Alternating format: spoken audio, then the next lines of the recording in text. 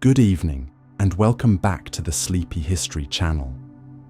Tonight, we're not just reading history, we're peering through the veils of time into a realm where honor and bloodshed ruled. We're exploring the enigmatic world of medieval knighthood, an age when the gleam of armor hid the weight of fear, and valor was measured not in words, but in scars.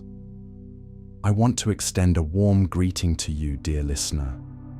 Whether you are curled up under the covers, preparing to drift into sleep, or simply seeking a quiet moment of reflection, I'm delighted that you've chosen to spend this twilight hour with me. If you feel like sharing, let me know where in the world you're listening from, or what time of day it is for you right now. It's always comforting to know how far our quiet circle of dreamers and historians stretches through the night. For now, get cozy, settle in, and let the whispers of medieval Europe carry you away. Our journey begins where the mist lifts above the churned mud of the battlefield, and the thunder of hooves signals the beginning of chaos. Now, let's begin.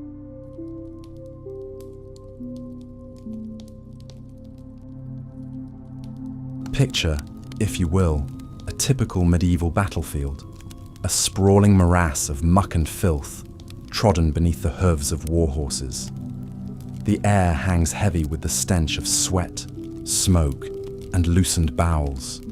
A cacophony of sound assaults the senses, the clash of steel against steel, the thud of arrows finding their mark, the agonized screams of the dying. This is the world of the night. But how did these warriors come to be? Let us begin at the beginning, with the origins and training of the medieval knight. In the chaotic centuries following the fall of Rome, a new social order began to take shape across Europe. With the rise of feudalism came a new class of elite mounted warriors, sworn to serve their lords in exchange for land and status.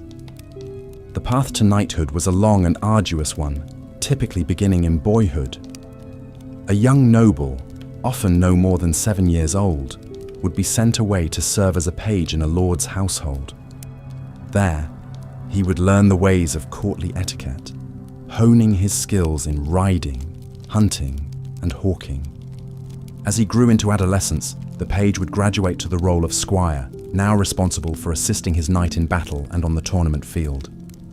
He would learn to wield the heavy weapons of his trade, the sword, the lance, the mace, building strength and endurance through a punishing regimen of martial training.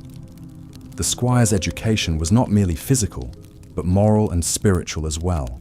He was steeped in the code of chivalry, a complex set of ideals encompassing bravery, honor, loyalty, and courtly love.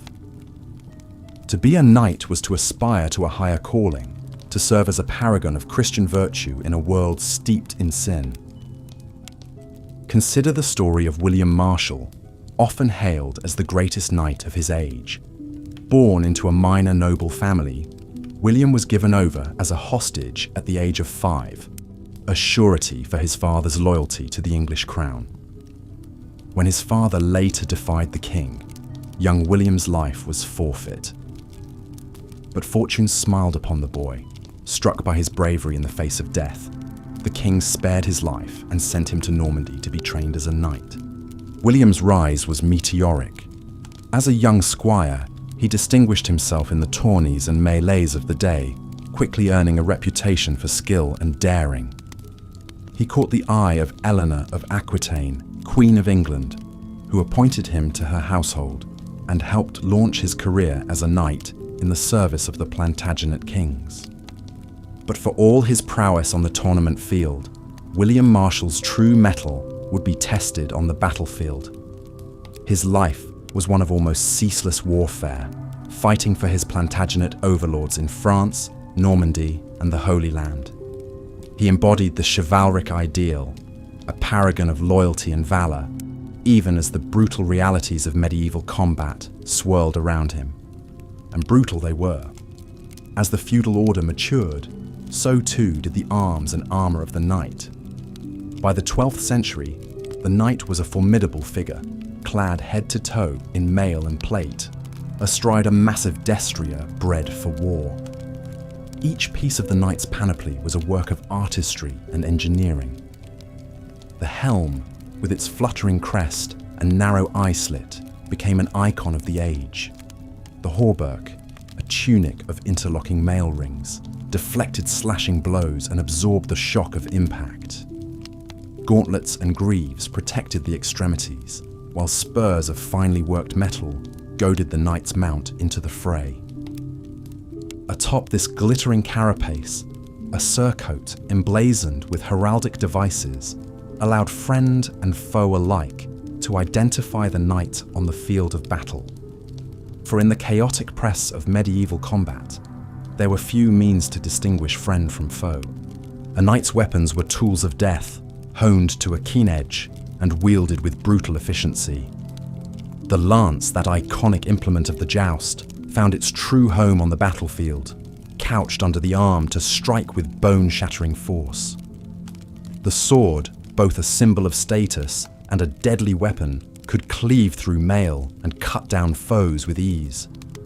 Maces, warhammers, and battle axes smashed through armor and bone, while the humble dagger delivered the coup de grace to fallen opponents. And then there was the knight's steed, a weapon in its own right. The destrier, towering and muscular, was clad in its own armor, the chanfron to protect the head, the crenay for the neck, the pétrole to shield the chest. Its hooves were deadly, capable of crushing a fallen foe or lashing out in a melee. But such equipage came at a steep cost. Outfitting a knight for battle was a staggeringly expensive proposition. A full suit of armor could cost the equivalent of a small manor, while a warhorse might command the annual income of a prosperous merchant. The cost of maintaining a knight and his retinue was a heavy burden on medieval society, one that would ultimately contribute to the decline of feudalism and the rise of professional armies. And what of the men beneath the armor? For all the trappings of chivalry and honor, the reality of a knight's life was one of unremitting hardship and danger. Battle was a chaotic and terrifying affair, a swirling melee of horses and men, of mud and blood and the reek of loosened bowels. Imagine the fear of the knight on the eve of battle, steeling himself for the horror to come. He might spend the night in prayer, confessing his sins and making peace with his maker. At dawn, he would don his armor with the aid of his squires, a process that could take hours. Then, with a last sip of wine and a blessing from the priest, he would mount his steed and take his place in the line of battle. The chaos of medieval combat defies description. With visibility limited by the narrow eye slits of his helm, the knight could see little beyond the press of bodies around him. The din of battle was deafening. The clash of swords, the cries of the wounded, the screams of terror and rage. Wounds were horrific, inflicted by weapons designed to pierce, crush, and maim. A knight might suffer shattered bones, severed limbs, or deep gashes that festered and oozed. Infection was rampant, and medical care was rudimentary at best. Many knights suffered a slow, agonizing death from wounds that would today be considered treatable. For the knight who survived the initial clash of arms, the aftermath of battle was scarcely less harrowing. The field was a charnel house, littered with the dead and dying. The stench of death hung heavy in the air, while scavengers, both human and animal, picked over the corpses in search of plunder. Capture was a fate perhaps worse than death. A knight taken prisoner could expect to be ransomed back to his family or liege lord, often at ruinous cost. But for those who could not afford the price of freedom, a life of slavery or imprisonment awaited. Many knights languished for years in enemy dungeons, enduring unspeakable privations and torments. The psychological toll of such experiences can scarcely be overstated. Knights bore witness to scenes of horrific carnage, watching friends and comrades hacked down in the prime of life. They endured the guilt of survival, the anguish of loss, the ever-present spectre of their own mortality. Consider the account of Jean de Joinville, companion and biographer of King Louis IX of France, who accompanied his liege on the ill-fated 7th Crusade. In his memoirs, Joinville recounts the harrowing aftermath of the Battle of Mansoura in 1250, where the French army was routed by the Mamluks of Egypt. Sights of pain and woe met our eyes. One saw wounded and dead on every hand. The field of battle was strewn with corpses, and the river ran red with blood. Headless bodies and limbless trunks littered the ground, and the stench was so great that one could hardly endure it. And one heard nothing but the groans of the dying and the lamentations of the wounded crying for help, which was but little use. It was a doleful thing to see so many brave men perish. This, then, was the reality of knighthood. Not the shining ideal of chivalry and valor, but a brutal and bloody struggle for survival in a world riven by violence. And yet, for all the horror and hardship, the allure of knighthood persisted. Why? Part of the answer lies in the pervasive power of myth and legend.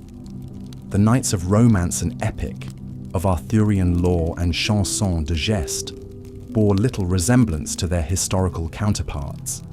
They were paragons of virtue, models of courtly grace and valor, untainted by the sordid realities of war and politics.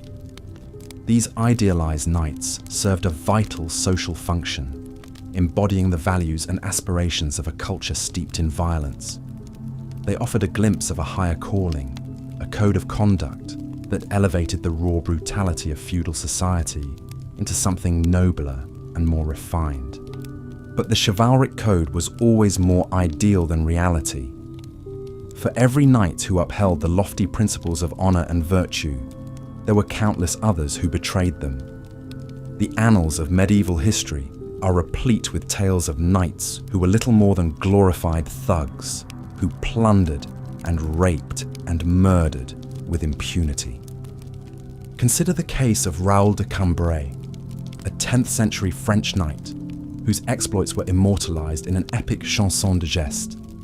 In the poem, Raoul is portrayed as a paragon of knightly virtue, a fierce warrior and loyal vassal. But the historical record paints a far darker picture. In 943, Raoul launched a brutal campaign against the town of Origny, sacking the monastery and setting fire to the church where the townspeople had sought refuge. Hundreds were burned alive, including a group of nuns who had taken shelter in the church tower. When the abbot of the monastery pleaded for mercy, Raoul had him beheaded on the spot. This was the reality of knightly warfare, not the flowery tales of chivalry and romance, but a brutal struggle for power and plunder, in which the strong preyed upon the weak with impunity. The knight was a product of his time, a creature of a violent and unforgiving age. And yet, for all the brutality and horror, there was a strange seductiveness to the knightly ideal. It offered a sense of purpose and identity, a way of life that elevated the individual above the common herd. To be a knight was to be part of a select fraternity, bound by oaths of loyalty and service, united in the pursuit of glory and renown. In a world where life was often nasty, brutish, and short, the knightly ideal offered a glimpse of something higher and nobler. It was a dream worth fighting for, even if the reality often fell short of the ideal. And so the knight endured through centuries of warfare and upheaval, adapting to the changing tides of history. As feudalism gave way to the rise of the nation-state, the knight evolved into the professional soldier, the cavalryman, the officer of the line. But the myth of the knight endured, a potent symbol of a bygone age of chivalry and romance. In the popular imagination, the knight became a figure of nostalgia and longing, a reminder of a time when men were brave and true, when honor and valor still held sway. And so we come to the end of our tale, dear listener. As you drift off to sleep, ponder the strange and complex legacy of the medieval knight, a figure of myth and legend, of brutality and valor, of savagery and grace. A product of his time, and yet somehow timeless, an enduring symbol of the human struggle for meaning and purpose in a world often devoid of both. Rest well, dear listener, and dream of knights and ladies, of castles and quests, of a world where honor and virtue still hold sway. For in the end, perhaps that is the greatest gift the night has bequeathed us, a dream of something better, a vision of what we might yet become. Good night and sweet dreams. As the chaos of battle engulfed the field, knights hacked their way through the melee, their once gleaming armor now smeared with mud, blood, and viscera. The stench of death hung heavy in the air, punctuated by the screams of the maimed and dying. This was the grim reality faced by medieval knights, far removed from the romanticized tales of chivalry and honor. For a captured knight, the brutal ordeal of battle was often just the beginning. If not ransomed by his family, a prisoner of war could expect a grim fate. At best, lengthy captivity in squalid conditions awaited, with a constant threat of starvation and disease. At worst, enslavement or summary execution loomed, depending on the whims of his captors. Even for the victors, the aftermath of battle held fresh horrors. The field was a charnel house of butchered men and horses, writhing with the critically wounded, pleading for a swift end to their agony. Hacking through piles of the dead to retrieve spent arrows and strip corpses of valuables, the exhausted knights had little time to reflect on the carnage they had wrought. The psychological toll on these warriors was immense. Many would be haunted for life by the screams of fallen comrades and the sight of once vital men reduced to bloody ruin. In an age without understanding of combat trauma, knights were left to cope alone with the waking nightmares that followed them off the battlefield. One harrowing first-hand account comes from an anonymous French knight at the Battle of Agincourt in 1415. Outnumbered and bogged down in muddy terrain, the French knights made a disastrous cavalry charge into a bristling wall of English longbowmen.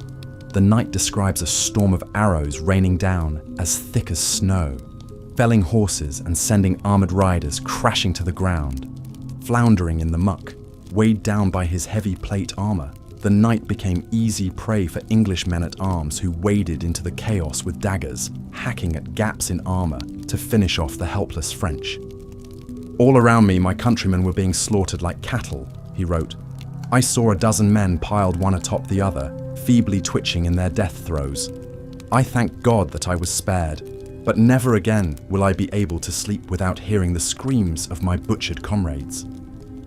This stark testimony puts the lie to the glamorized depictions of medieval combat prevalent in popular lore.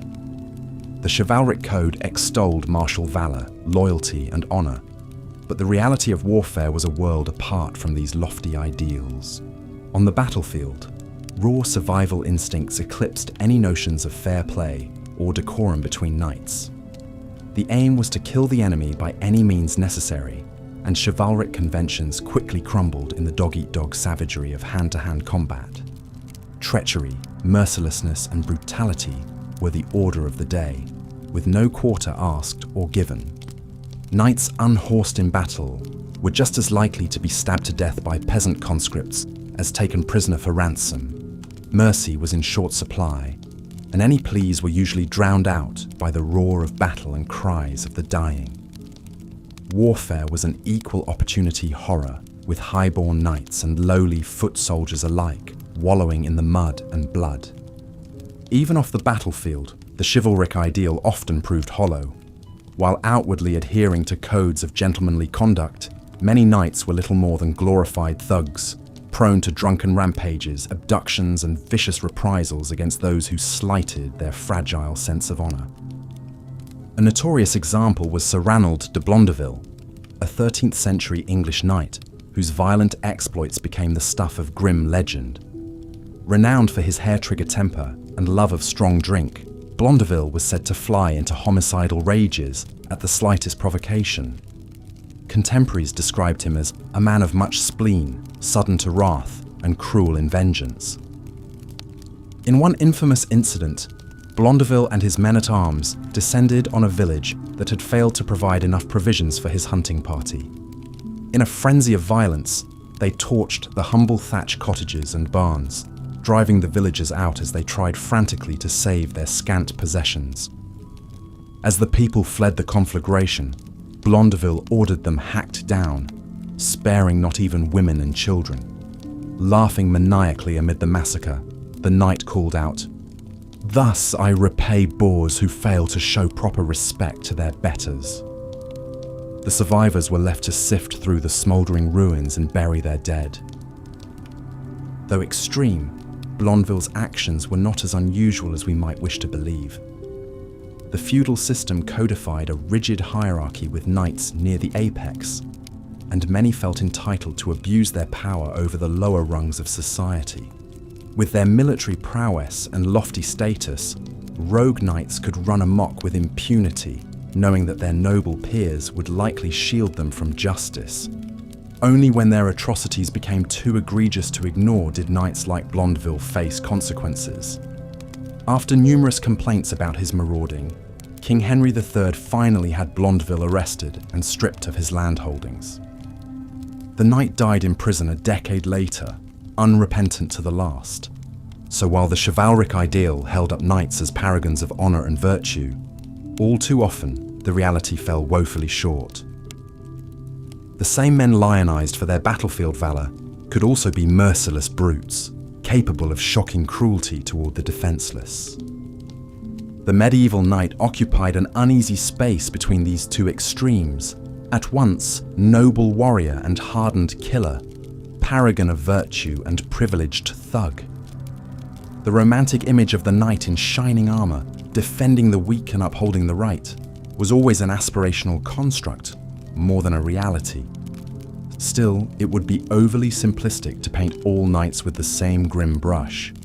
Though the historical records tend to highlight the lurid and sensational, there were those who strove to live up to the nobler aspects of the chivalric code, or at least held them as ideals worth pursuing. One such knight was Sir James Douglas, a commander in the Scottish Wars of Independence in the early 14th century. A skilled warrior and brilliant tactician, Douglas was renowned for his strong sense of justice, chivalric decorum, and compassionate treatment of prisoners and the common folk alike. Though he could be utterly ruthless in his methods against the occupying English, Douglas always directed his aggression toward legitimate military targets. He made a policy of sparing civilians and treating his captives with a respect that bordered on gentility. Even his English adversaries spoke of him with reverence, praising his courage, cunning, and impeccable conduct. When the great Scottish king Robert the Bruce died in 1329, it was Douglas who was chosen to carry out his liege's final wish, to have his embalmed heart carried on crusade and interred in the Holy Land. The knight took a solemn vow to see the task through at all costs. Embarking for the Levant with a small company of knights and men-at-arms, Douglas wore the silver casket containing Bruce's heart on a chain around his neck. But in a final act of chivalric valor, he met his end in Spain, battling Moorish cavalry while on the way to Jerusalem. Outnumbered and doomed, Douglas hurled the casket into the fray, crying out, "Lead on, brave heart, as you have always done. Douglas will follow." He plunged into the thick of battle, laying about him with his sword until he was cut down. His body was later found, bristling with arrows, draped protectively over the casket. Though he failed to complete his quest, Douglas's final stand exemplified the noblest aspects of the chivalric ethos: unflinching courage, fierce loyalty, and an all-consuming sense of duty. In death as in life, he put service to his king and the greater glory of the chivalric ideal above his own survival. But for every James Douglas, whose deeds measured up to lofty ideals, there were dozens more Ranald de Blondevilles, for whom chivalry was merely a facade concealing the basest cruelty and selfishness. The knight's place in the feudal order was always rife with such contradictions. At once protectors and predators, gallant warriors and brutal killers. Perhaps nowhere was this duality more starkly embodied than in the practice of siege warfare. If open battle was horrific, sieges represented a special kind of hell for knights and commoners alike. The objective of a siege was to surround an enemy castle or fortified town and cut off all supply lines, literally starving the defenders into submission. With no way to forage or resupply, those inside the walls would slowly run out of food, water, and other necessities until desperation drove them to capitulate. But besieging armies often faced a grueling ordeal of their own. Assembling the men and materiel for a prolonged siege was a massive undertaking, requiring prodigious supplies and logistical support. An army of thousands camped outside the walls had to be fed, and with supply lines often stretched thin, provisions could quickly run short.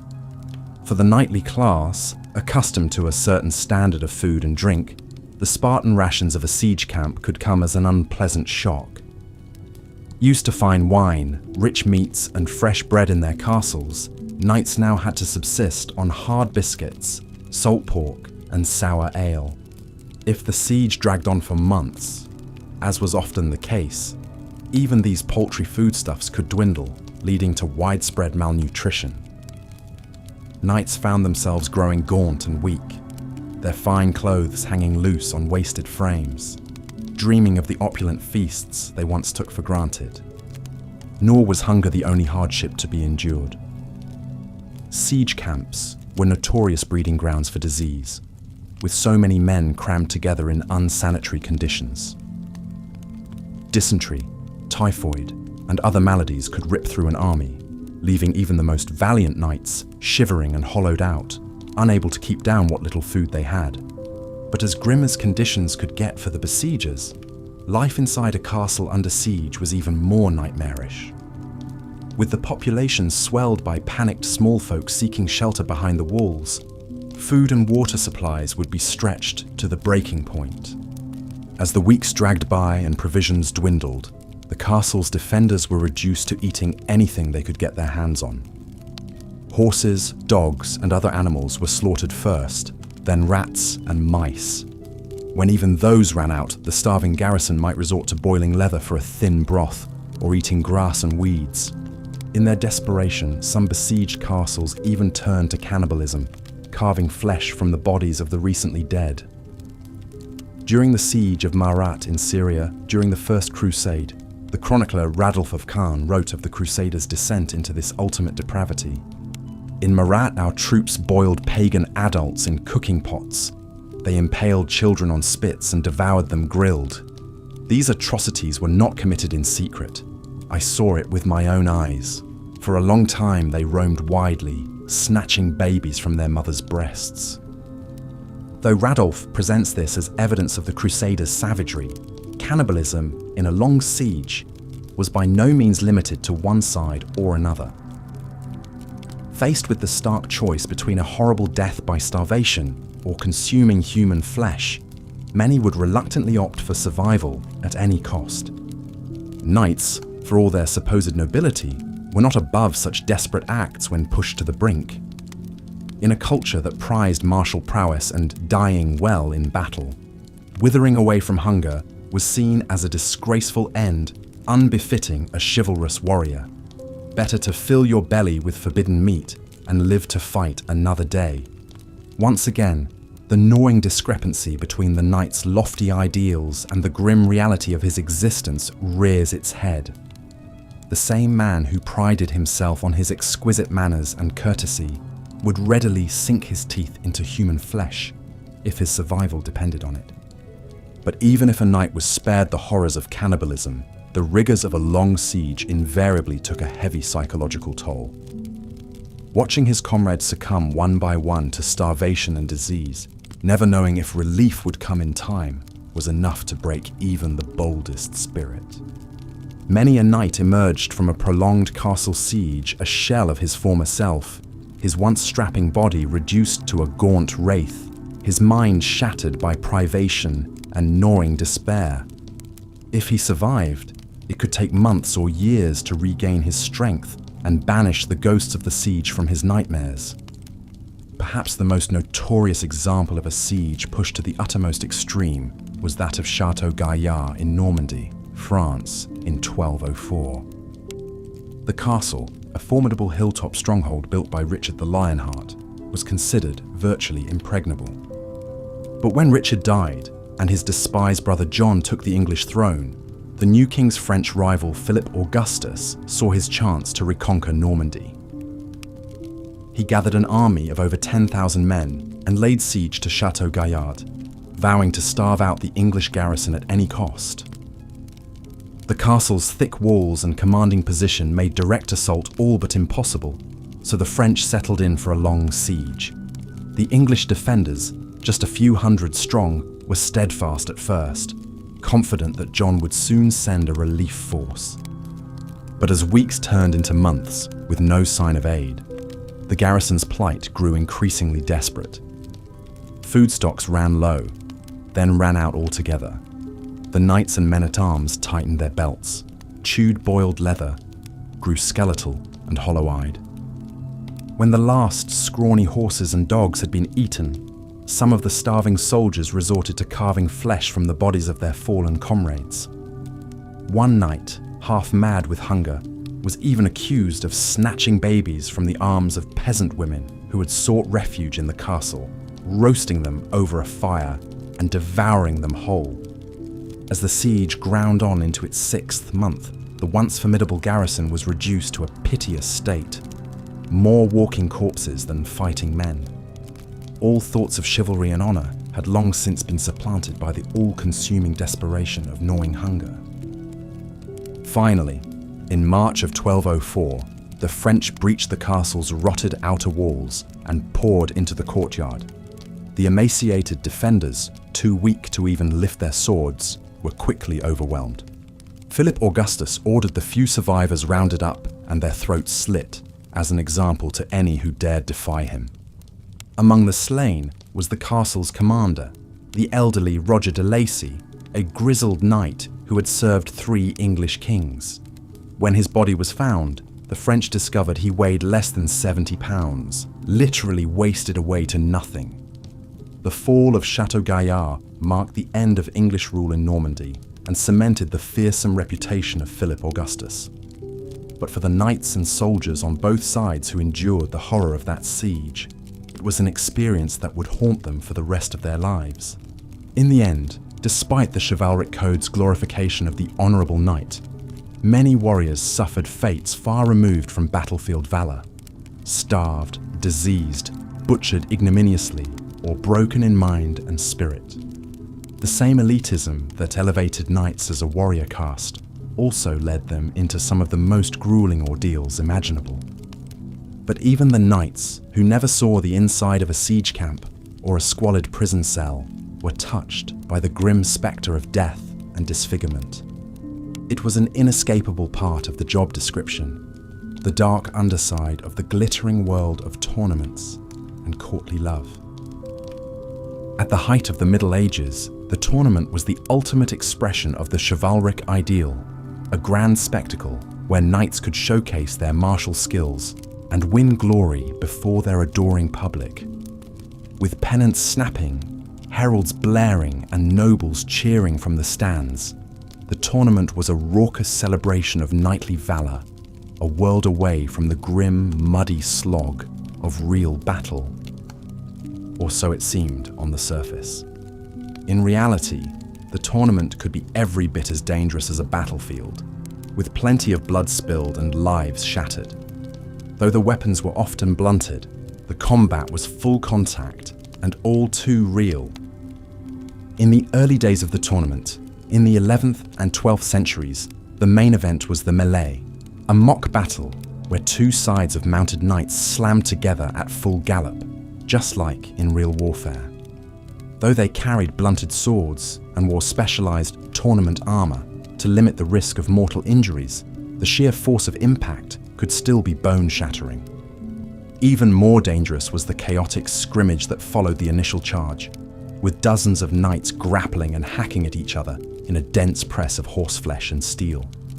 Crushed limbs, shattered bones, and severe concussions were par for the course, and fatalities weren't uncommon. A single well-placed blow from a mace or battle axe could cave in a helm and pulp the head within. As the tournament evolved, the melee gradually. As the sun rose over the blood-soaked fields of Agincourt, the exhausted English knights and men-at-arms wearily surveyed the carnage they had wrought. The cream of French chivalry lay dead or dying in the churned mud, their once resplendent armour now ruptured and stained crimson. Piles of contorted bodies steamed in the chill October air. Crows and camp followers had already begun to pick over the corpses, stripping them of valuables. The veteran English knight Sir Robert Babington wiped his brow with a shaking hand, smearing dried blood, sweat and grime across his weathered face. He had seen many battles in his long years of service to King Henry, but never a slaughter quite like this.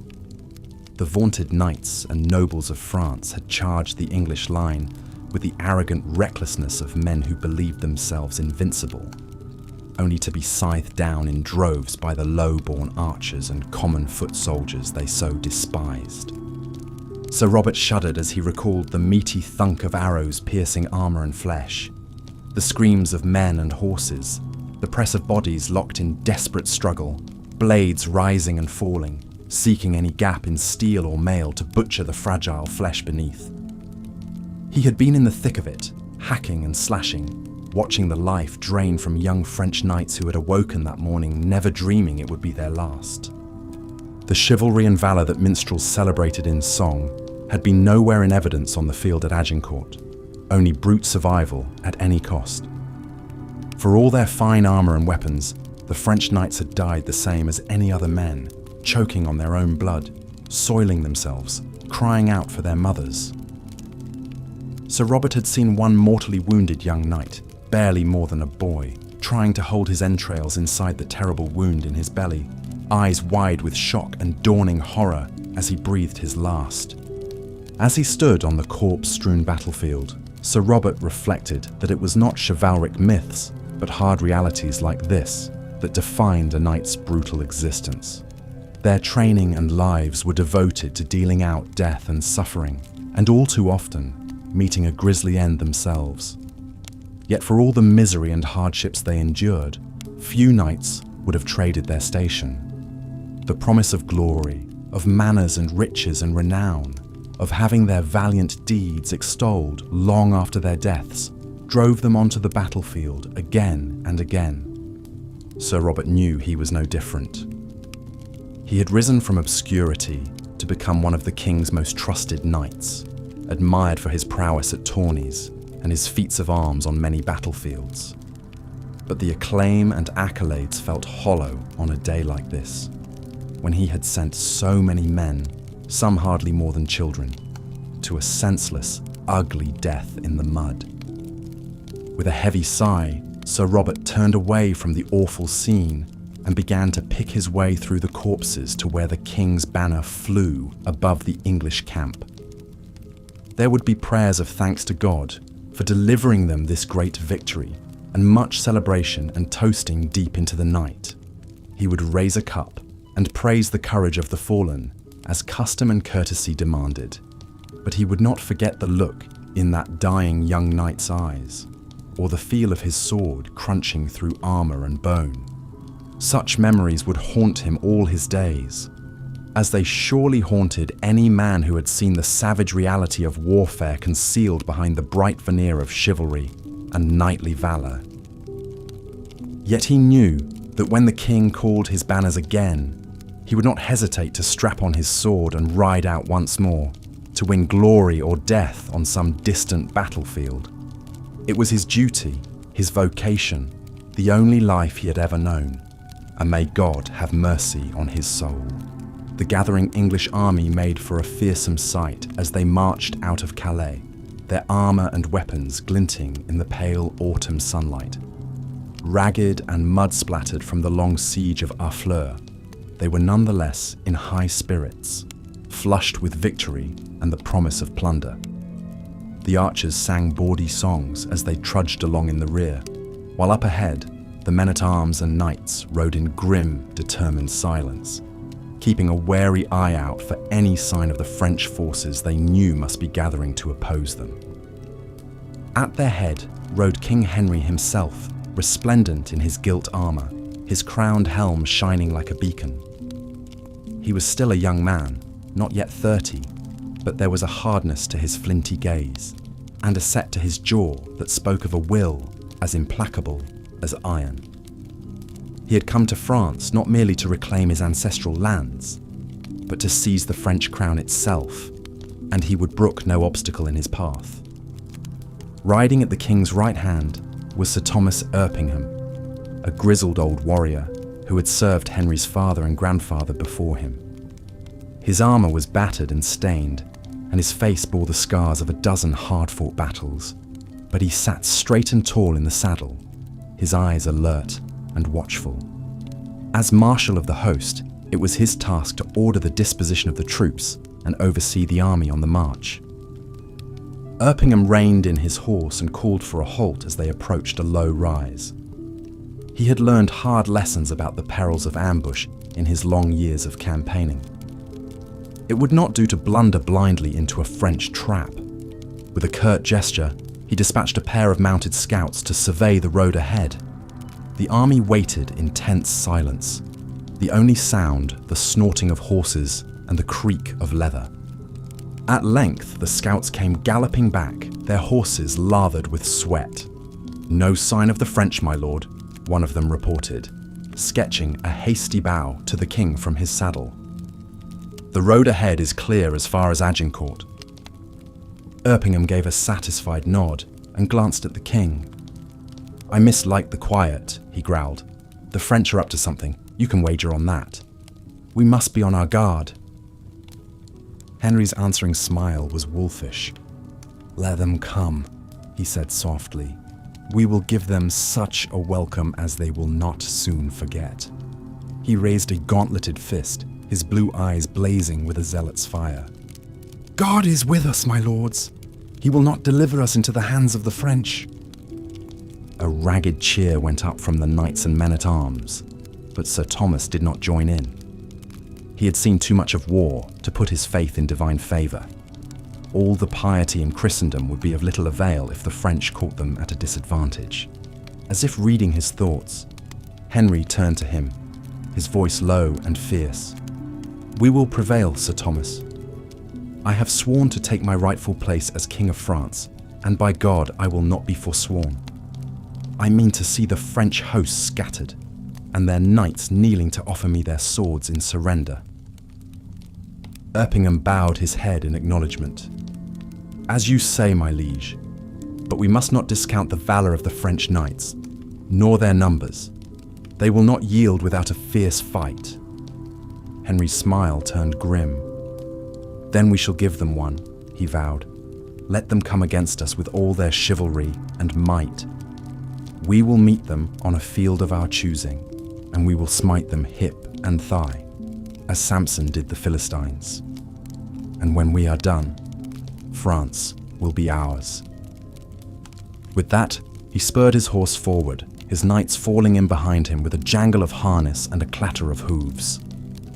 As he watched them ride off, Erpingham felt a strange foreboding settle over him like a shroud. Henry's boldness and hunger for glory were the very image of knightly valor, but the old marshal sensed that it would be no easy victory he led them to. The French host would be eager to come to grips with them, to settle old scores and wipe away the shame of past defeats. And for all his youthful fire, Henry was no seasoned commander, not yet.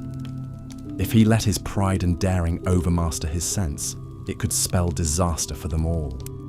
With a heavy heart, Sir Thomas Erpingham spurred his own mount and rode out after his king, praying that Henry's courage and audacity would be enough to carry the day.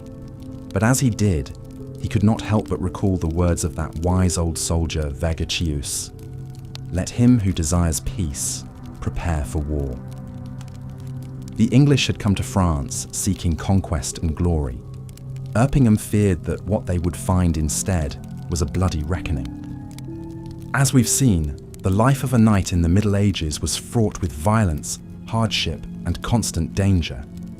From their early days as pages and squires, these warriors in training endured a grueling regimen to prepare for the brutal realities of medieval combat. They honed their skills with heavy weapons, spent long hours practicing horsemanship, and steeled themselves for the chaos of the battlefield. One of the most famous knights of the Middle Ages was William Marshal, who rose from humble beginnings to become one of the most renowned warriors of his time. Born in 1147 to a minor noble family, William was sent to Normandy at a young age to train as a knight in the household of William de Tancarville, a powerful baron and champion jouster. As a squire, William learned the arts of war, excelling in the martial skills that would make him a legend. He was known for his prowess with the lance and sword, as well as his incredible stamina and bravery in battle. In 1167, at the age of 20, William was knighted on the field of battle by his lord and quickly made a name for himself as a fierce and skilled warrior. But even for a knight as talented as William Marshal, the realities of medieval warfare were harsh and unforgiving. In an age before gunpowder, combat was up close and personal, with knights hacking and slashing at each other with heavy swords, maces, and battle axes. The clanging of metal on metal, the screams of the wounded and dying, the stench of blood and sweat. These were the sights, sounds, and smells that knights like William faced on a regular basis. And the dangers didn't end when the fighting was over. Captured knights were often held for ransom, with their families forced to pay exorbitant sums for their release. Those who couldn't afford to pay were sometimes enslaved or even executed. Disease was also a constant threat, with armies on campaign often succumbing to dysentery, typhoid, and other illnesses that spread rapidly in the close quarters of military camps. But despite the risks, many young men still aspired to the glories of knighthood. The chivalric code, with its emphasis on honor, courage, and loyalty, held a powerful appeal in a world that was often brutal and chaotic. Knights were celebrated in songs and stories, their deeds immortalized in the pages of history and legend. Of course, the reality of knighthood was often far removed from the romantic ideal. While some knights did strive to uphold the principles of chivalry, many others were driven by more base motivations: greed, ambition, and a thirst for violence. In a world where might often made right, it was not uncommon for knights to engage in acts of cruelty and brutality, particularly against those they considered their inferiors. One notorious example was the French knight Raoul de Coucy, who gained a reputation for ruthlessness and brutality during the 100 Years' War between England and France. In 1373, de Coucy was dispatched by the French king to put down a peasant revolt in the town of Cesena in northern Italy. When the townspeople refused to surrender, de Coucy ordered his men to storm the walls and put the inhabitants to the sword. What followed was a brutal massacre, with thousands of men, women, and children slaughtered in the streets. De Coucy himself was said to have taken sadistic pleasure in the carnage, personally executing hundreds of prisoners and ordering his men to commit acts of rape and mutilation. But even for knights like de Coucy, who reveled in violence and cruelty, the battlefield could be a terrifying and unpredictable place. In the heat of battle, even the most skilled and experienced warriors could fall victim to a stray arrow or a well-placed blow from an enemy's sword. And in the chaotic press of bodies, with visibility limited by the narrow eye slits of a knight's helm, it was all too easy to become disoriented or separated from one's comrades. Many knights met their ends in the muddy, blood-soaked fields of France, Flanders, and other battlegrounds of the Middle Ages, their armor dented and torn, their bodies broken and lifeless. For those knights who did survive the rigors of combat, the aftermath of a battle could be almost as harrowing as the fighting itself. The sight of the dead and dying, the moans of the wounded, the stench of rotting flesh. These were the grim realities that knights had to confront in the wake of a bloody engagement. Some turned to prayer or drink to cope with the horrors they had witnessed, while others simply tried to block out the memories and move on to the next fight.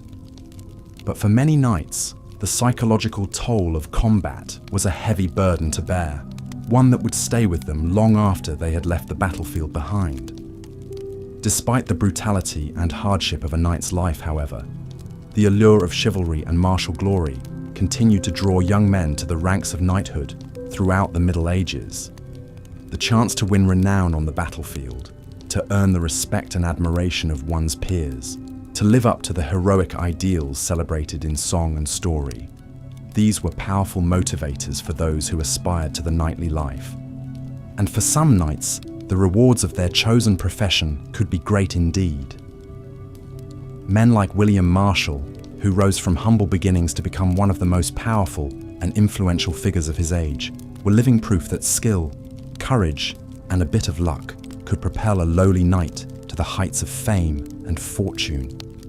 But for every William Marshall, there were countless other knights who met a darker fate, cut down in their prime on some distant battlefield, or left to languish in the squalid dungeons of a rival lord.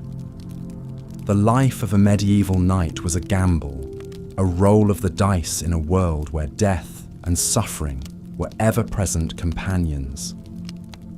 And yet, despite the risks and the hardships, the figure of the knight endures as one of the most enduring and romantic symbols of the Middle Ages. In the pages of history and the realms of legend, knights like Lancelot, Galahad, and El Cid continue to capture the imaginations of people around the world, their tales of courage, honor, and chivalry still resonating across the centuries. But as we look back on the lives of these warriors of old, it is important to remember the reality behind the myth. The blood, the sweat, the toil, and the tears that were the true measure of a knight's existence. Theirs was a world of constant danger and hardship, where the line between life and death was often razor thin, and where the price of glory was paid in the currency of suffering and sacrifice. And so, as we drift off to sleep, let us spare a thought for the knights of old, those brave and gallant warriors who lived and died by the sword, who faced the chaos and terror of the battlefield with courage and resolve, and who left an indelible mark on the pages of history. May their stories continue to inspire and enlighten us, even as we seek respite from the cares of the modern world in the gentle embrace of slumber. As the legendary knight William Marshall lay on his deathbed in 1219, he reflected on a life that embodied both the soaring triumphs and harrowing ordeals of knighthood in the Middle Ages. Born the younger son of a minor noble, William seemed destined for obscurity, but through sheer grit, prowess, and ambition, he would rise to become one of the most celebrated knights in Christendom, a paragon of chivalry, and serve 5 English kings. William's path to glory was forged in the grueling training that all aspiring knights endured. From the tender age of 7 or 8, noble boys like William were sent away to serve as pages in the households of powerful lords. There they learned courtly etiquette, hunting, and the art of war. The most crucial skills were honing their horsemanship and mastering the weapons of knightly combat. Around age 14, pages graduated to become squires, shields bearers and servants to a knight who would mentor them in the ways of chivalry and war. Squires trained relentlessly in a punishing regimen, donning heavy armor and repeatedly mounting and dismounting a horse to build strength and stamina. They drilled ceaselessly with sword, lance, mace and shield, hardening themselves for battle. Marshall was a prodigy, quickly outshining his peers with his strength, boldness, and skill. He caught the eye of the greatest magnates of the realm, entering the service of his uncle, the illustrious William de Tancarville, Chamberlain of Normandy. For a squire, accompanying their lord into battle was the ultimate test before being dubbed a knight.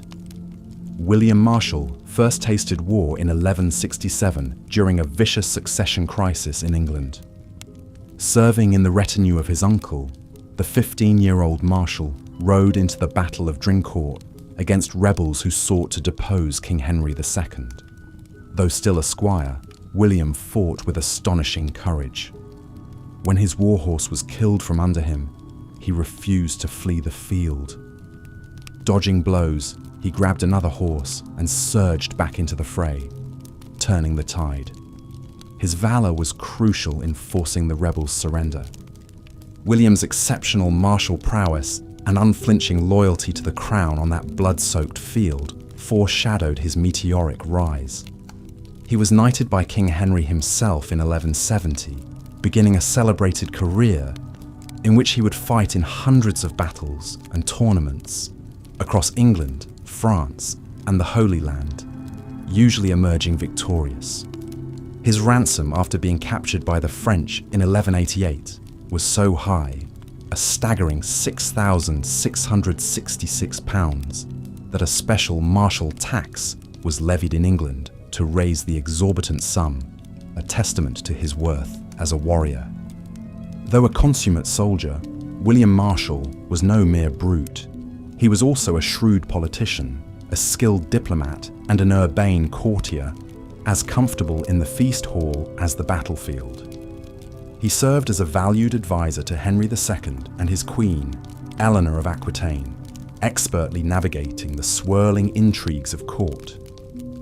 As a young knight, his charm and prowess won the heart of a wealthy noble widow, Isabel de Clare, whom he married after a scandalous abduction that ruffled royal feathers, but ultimately brought him lands and greater status. William Marshal's true glory was still to come. In 1189, as a renowned knight and baron, he took the cross and set out on crusade to the Holy Land alongside King Richard the Lionheart. After a grueling march across Europe and harrowing sea voyage, Marshal and his fellow crusaders finally gazed upon the sacred walls of Jerusalem. There he fought with his customary zeal against the great Muslim Sultan Saladin in a brutal war for control of the Holy City. Though Jerusalem was not retaken, Marshal's courage and leadership throughout the Third Crusade earned him fame and the sobriquet, greatest knight who ever lived. King Richard was so taken with his bravery that he inducted him into the exclusive Order of the Garter, the world's oldest chivalric order, whose members swore to be virtuous, loyal, and defend the weak. If any knight embodied those lofty ideals, it was William Marshal, who many saw as the flower of chivalry. But behind the accolades, even the greatest knights like Marshal led a punishing existence, their lives often cut short by battle, accident, or disease. Despite his gilded reputation, Marshal's world was one of almost ceaseless warfare, and he was no stranger to its horrors. He suffered many grave injuries over his long career, including a shattered kneecap, a crushed hand, and an arrow through his thigh that nearly killed him. He watched countless friends and comrades butchered in the anarchic melee of battle. A rare first-hand chronicle of Marshal's life, L'Histoire de Guillaume le Maréchal, recounts the ugly spectacle of men disemboweled by sword blows, their entrails spilling out, and knights howling in agony as they were hacked to pieces, blood splattering the field. Marshal himself barely escaped being torn apart by a frenzied mob after he was taken prisoner during a battle in 1188. Such grisly brushes with death were almost a nightly rite of passage, the cost of their relentless drive for land, glory, and plunder. For all Marshal's valor and chivalry, his time was an age of great brutality, when the flower of European knighthood ravaged the villages of Palestine and massacred prisoners and civilians. Even the refined Marshal was still a man of his ruthless era. He once personally hanged a crossbowman for shooting at his men when they stopped to parley with an enemy force. But Marshal was widely regarded by contemporaries as the exemplar of knightly virtue. If he could commit such acts, how much worse must have been the depravities of a villainous knight unrestrained by chivalric scruples. One such ignoble figure was Reynold of Chatillon, Marshal's contemporary in the Holy Land. A minor lord from France who rose to great power in the Crusader states, Raynald was a man of rapacious cruelty who gloried in slaughter. During a raid into Arabia in 1182, he sacked the holy city of Medina and threatened to desecrate the tomb of the Prophet Muhammad. Swearing to avenge this insult to Islam, an enraged Saladin descended on Raynald's forces and annihilated them at the Battle of Hattin in 1887, the greatest defeat suffered by Crusaders. The captive Raynald was brought before Saladin, who personally beheaded him. So despised was he by the Muslims for his atrocities. In many ways, Raynald of Chatillon represented the dark shadow of knighthood, the wanton brutality and fanaticism lurking beneath the veneer of chivalry. But even the virtuous William Marshal was hardened by the horrors he witnessed. Returning to England after the Crusade, he entered the service of King John, an ill-tempered tyrant who threw the country into turmoil. During the vicious civil war that followed, Marshal was forced to lay waste to rebel holdings, burning and pillaging without mercy. At the siege of Rochester Castle in 1215, Marshal oversaw a brutal operation to mine under the keep and collapse its walls. When the defenders still refused to surrender, he had 40 men hanged in front of the castle as a gruesome warning. Even more gruesomely, during the long siege of Château Gaillard in France in 1204, Marshal's forces reduced the defenders to starvation and cannibalism. Men ate their horses, then dogs, then rats, and finally resorted to eating the flesh of their dead comrades. An unspeakable horror. Such ghastly tales starkly undercut the romanticized ideal of knightly chivalry. They remind us that behind the pageantry and tales of valor, the reality of a medieval knight's life was often nasty, brutish, and short.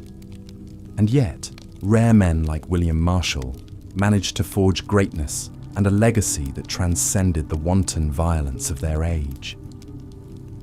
Through his unfailing loyalty, courage, and honor, Marshal rose to become Regent of England, entrusted with safeguarding the young King Henry III and the realm after a lifetime of devoted service.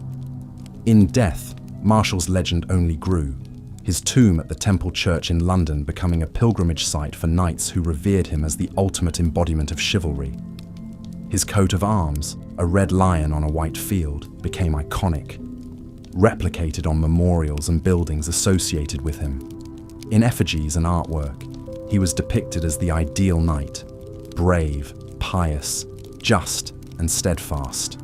The anonymously penned poem L'Histoire de Guillaume le Maréchal mythologized his epic feats on the battlefield and jousting field, immortalizing him in the pantheon of knightly legends. Perhaps Marshal's enduring appeal across the centuries owes something to the way his story seems to exemplify the duality of the knightly ideal. A man of refinement, gentility, and honor, who was also a ruthless warrior, hardened by violence and death. In Marshal's remarkable journey from landless youngest son to the pinnacle of power, we find a riveting tale of ambition, danger, and glory set against the blood and iron world of the Middle Ages. Through his life, we glimpse both the harsh realities and captivating myths that shaped our image of the medieval knight. For all his battle honors and courtly graces, however, William Marshal's existence was largely consumed by killing and preparation for killing on a staggering scale, as was the case for most knights of his time. We must be careful not to let the enduring power of chivalric myth, with its tales of errantry and valor, obscure the crueler truths. The path to knightly renown was drenched in gore and savagery, as much a curse as a blessing for the men who walked it. And yet, William Marshal's remarkable story also reminds us of the heights to which a knight could rise through courage, skill, and sheer force of will. That allure, the promise of transmuting bloodshed into glory, was a captivating dream that launched countless young men onto the hard road to knighthood, despite the perils. In death, Marshal was celebrated as the ultimate fulfillment of that grand ambition. But in life, he and his fellow knights paid a bitter price, bearing the scars and traumas of ceaseless war and witnessing horrors that would haunt them to the grave. Such was the duality of knighthood, an entrancing but savage dance with death and renown in a pitiless age of iron. As the sun rose over the blood-soaked fields of Agincourt, the battered and weary knights surveyed the carnage around them. Broken bodies, twisted and mangled, lay strewn as far as the eye could see. The stench of death hung heavy in the air, mingling with the acrid tang of smoke from smouldering fires. For the knights who had survived the hellish battle, it was a scene they would never forget. The life of a medieval knight was one of constant preparation for war. From the moment a boy began his training as a page, usually around the age of 7, he was schooled in the ways of combat. He learned to wield a sword with deadly precision, to charge fearlessly atop a warhorse, and to live by the chivalric code that demanded courage, loyalty, and honor above all else.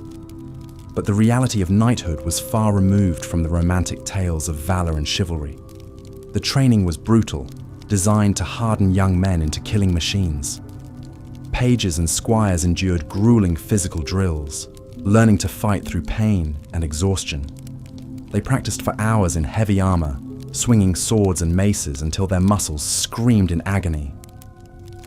One of the most famous knights of the Middle Ages was William Marshal, whose journey to knighthood was a study in determination and grit.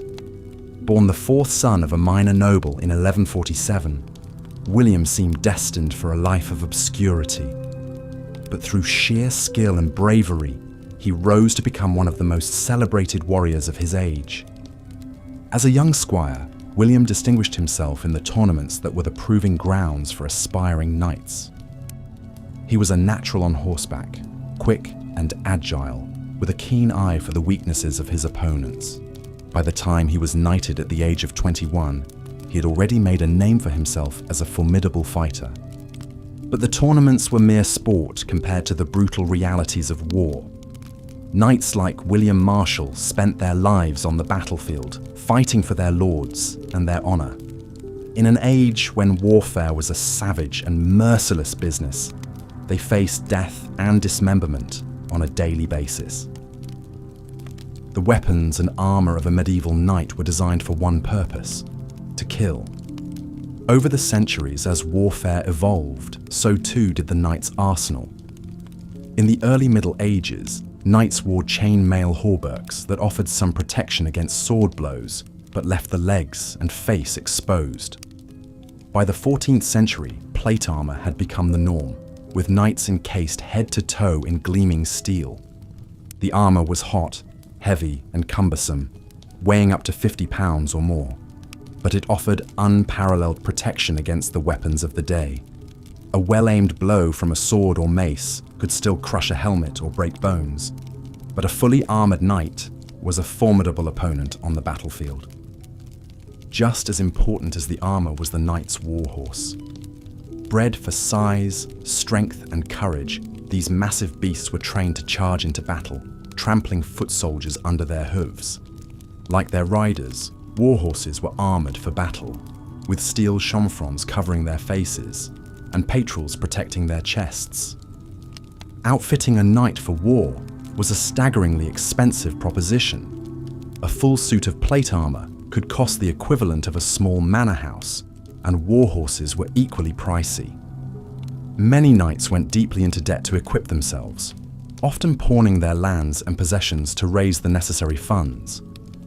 But for those who could afford it, the life of a knight offered the chance for glory, honor, and riches.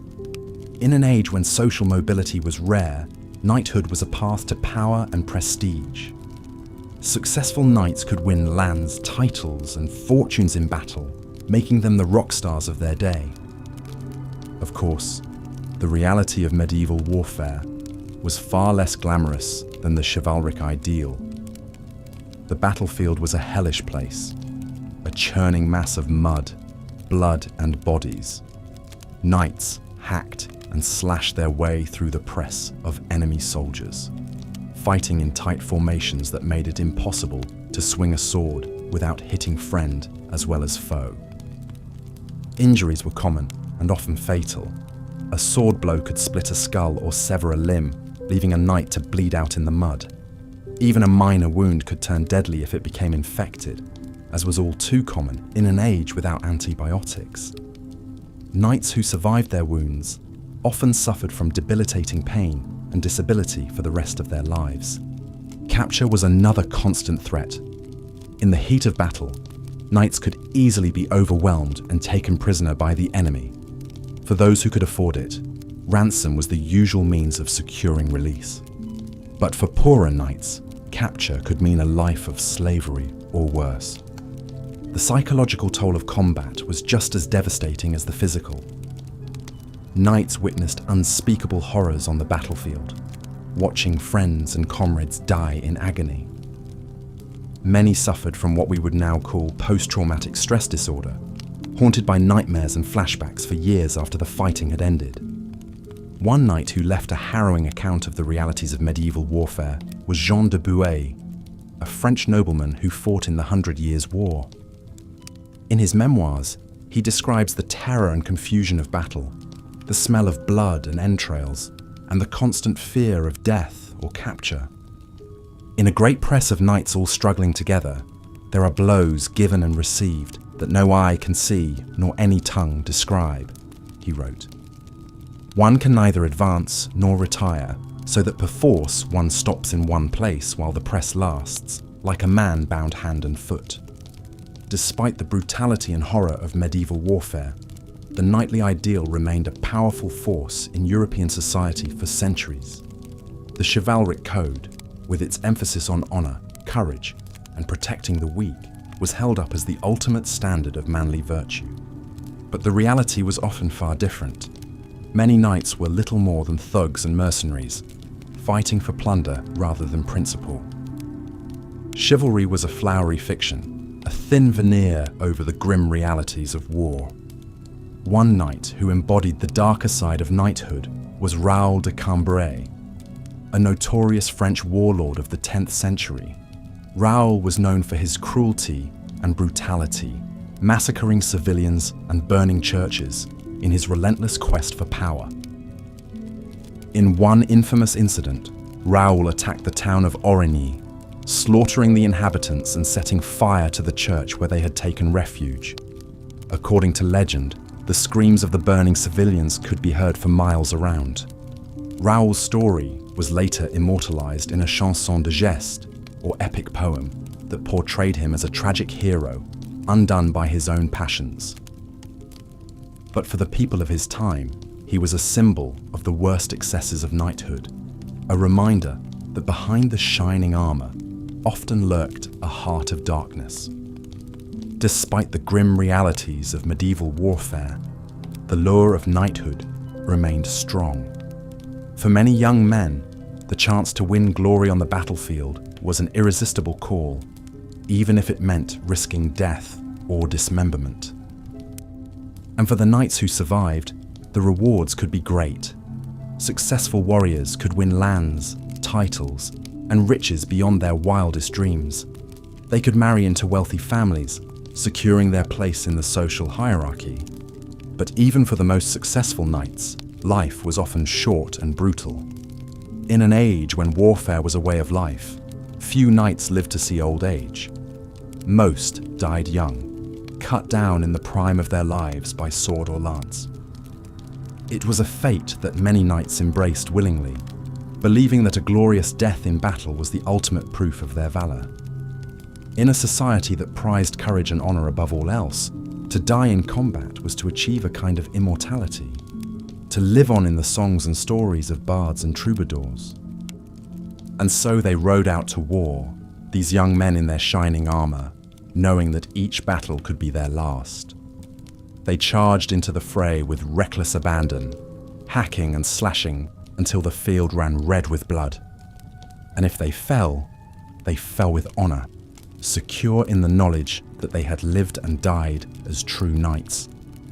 It was a brutal and unforgiving life, but one that held an enduring fascination for centuries to come. Long after the last knight had ridden off into battle, the legend of knighthood lived on, a symbol of courage, valor, and honor in a world that often seemed to have little of any of them. But for the knights who lived and died in the mud and blood of the battlefield, there was little time for legend or romance. Theirs was a world of constant danger and hardship, where survival was never guaranteed, and yet they endured, driven by a code of honor that demanded nothing less than total sacrifice. In the end, perhaps that was the true legacy of knighthood, not the shining armor or the chivalric ideal, but the unbreakable spirit of the men who wore them. In a world that was often dark and cruel, they stood as beacons of courage and resolve, reminders of the indomitable human will to endure and triumph against all odds. And so we remember them, these warriors of a bygone age, not as the knights of legend, but as the men they really were, flawed and fallible, but also brave and true. In their stories, we find echoes of our own struggles and triumphs, reminders of the enduring power of the human spirit to overcome even the darkest of times. As we look back on the brutal life of knights on the medieval battlefield, it is easy to be horrified by the violence and carnage of their world.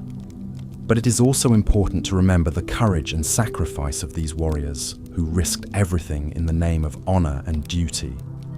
Their legacy lives on, not just in the tales of chivalry and romance, but in the enduring ideals of bravery, loyalty, and self-sacrifice that they embodied.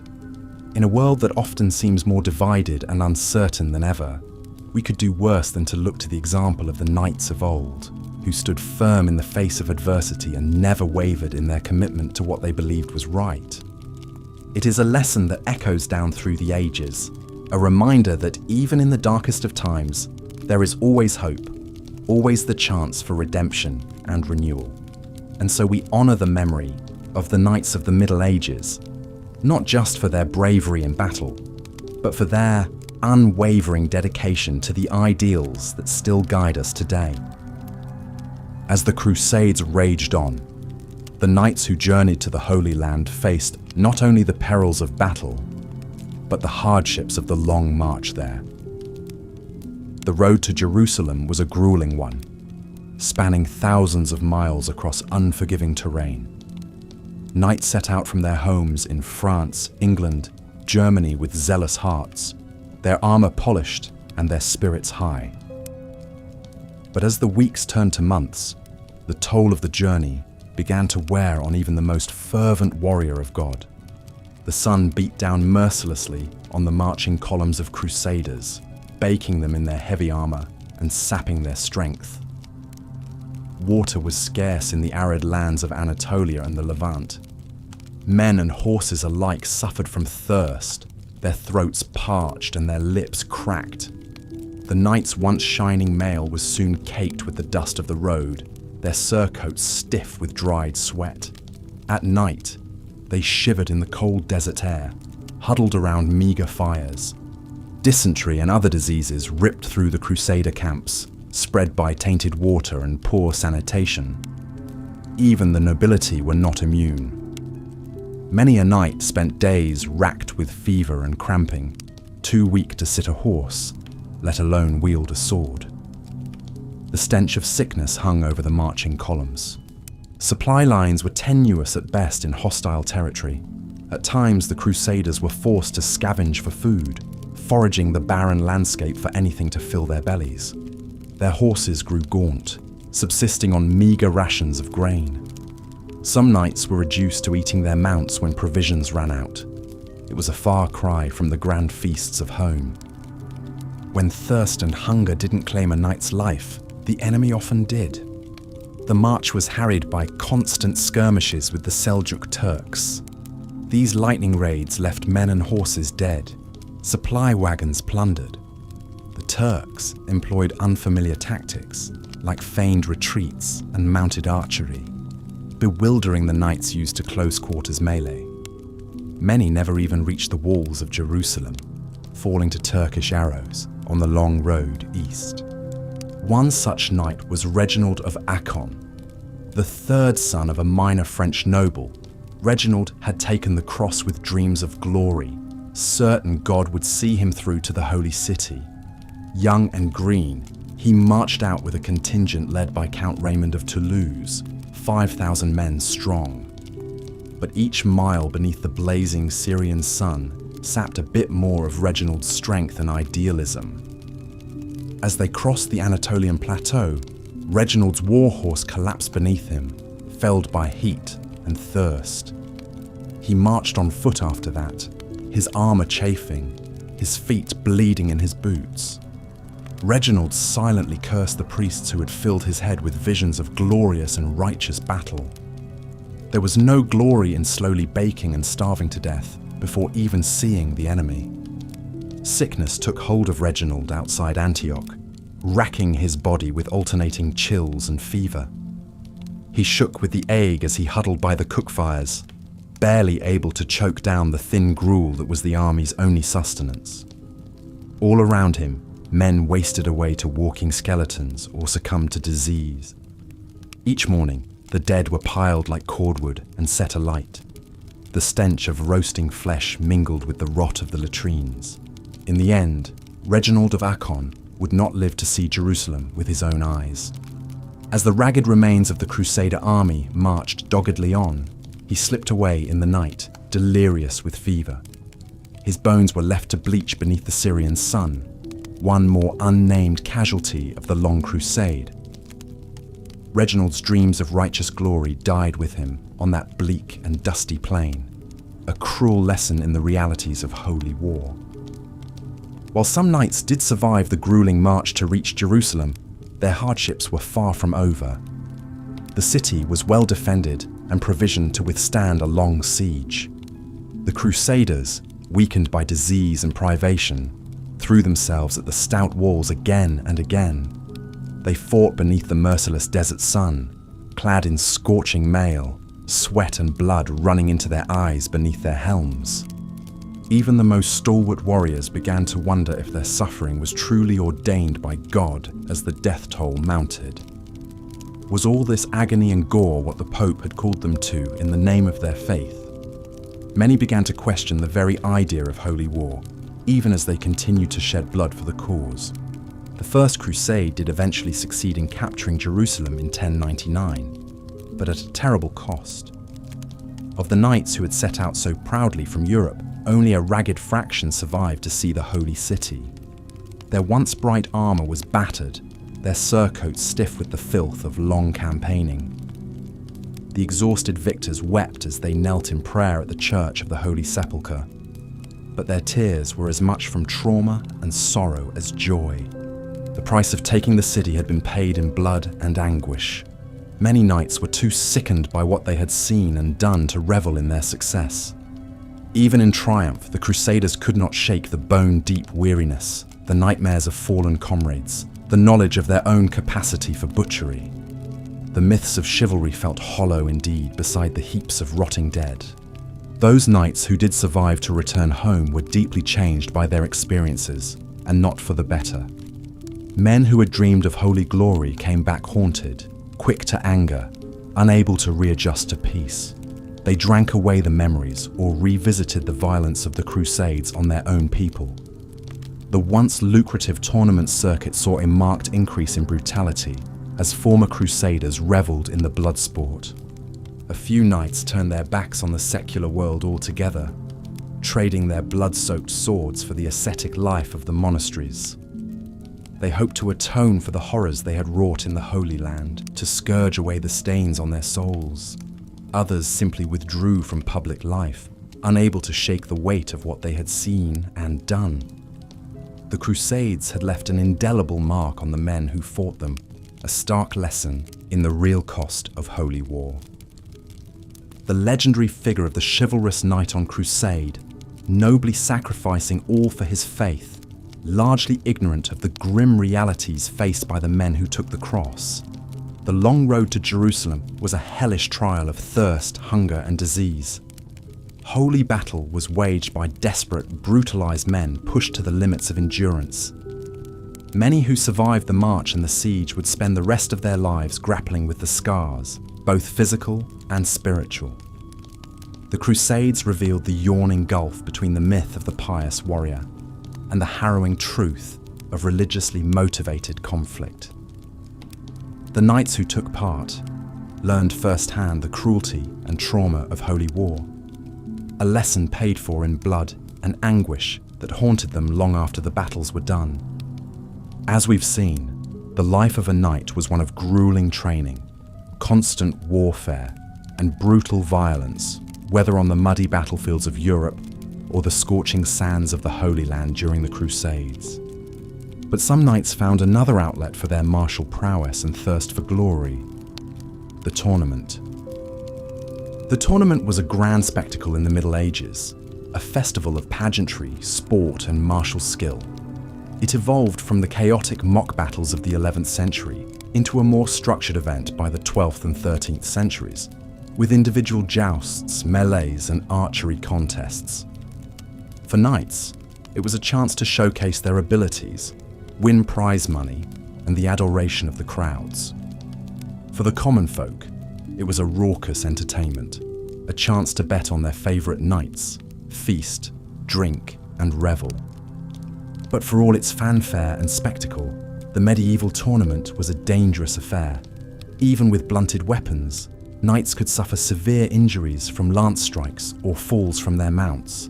At a tournament in 1240, some 80 knights were reportedly killed in a single melee, a shockingly high toll for what was meant as sport and entertainment, rather than actual warfare. Many knights lived for the glory and thrill of the tournament, spending lavishly on fine armour and horses, betting huge sums on themselves. William Marshal, one of the most celebrated knights of the 12th century, made his fortune and fame on the tournament circuit before becoming Regent of England. As a young knight, Marshal was said to have captured 500 knights and their horses for lucrative ransoms over his long tournament career. The tournament was in many ways the pinnacle of chivalric culture, with its elaborate rituals, heraldry, and codes of conduct. Knights would parade in their finest armour, with richly caparisoned horses and colourful pennants, as noble ladies looked on, choosing champions and awarding favours. The tournaments reinforced the ideals of chivalry, valour, honour, loyalty, courtly love. However far removed those ideals often were from the grim realities of war. Some knights became tournament stars, celebrated for their prowess and panache, like the 14th century French knight Jean Le Mangre, known as 𝐒𝐥𝐞𝐞𝐞. A veteran of the Crusades and countless battles, 𝐒𝐥𝐞𝐞𝐞 was also a tournament champion, famed for his flamboyant style and showmanship. He would ride into the lists wearing extravagant costumes, accompanied by musicians and minstrels singing his praises. But for every 𝐒𝐥𝐞𝐞 or William Marshal, there were countless other knights for whom the tournament was a risky gamble, a chance to win glory and prize money, but at the risk of injury, death, or financial ruin. Many knights staked everything on their tournament performances, borrowing heavily to pay for expensive armour, horses, and entourages, hoping to win it all back in prizes and ransoms. If they failed, they could find themselves deep in debt, forced to sell off lands or even their knighthood to pay their creditors. The 15th century Burgundian knight Jacques de Lalaing was celebrated for his tournament victories, but died in battle at age 33, leaving behind massive debts his family struggled to pay.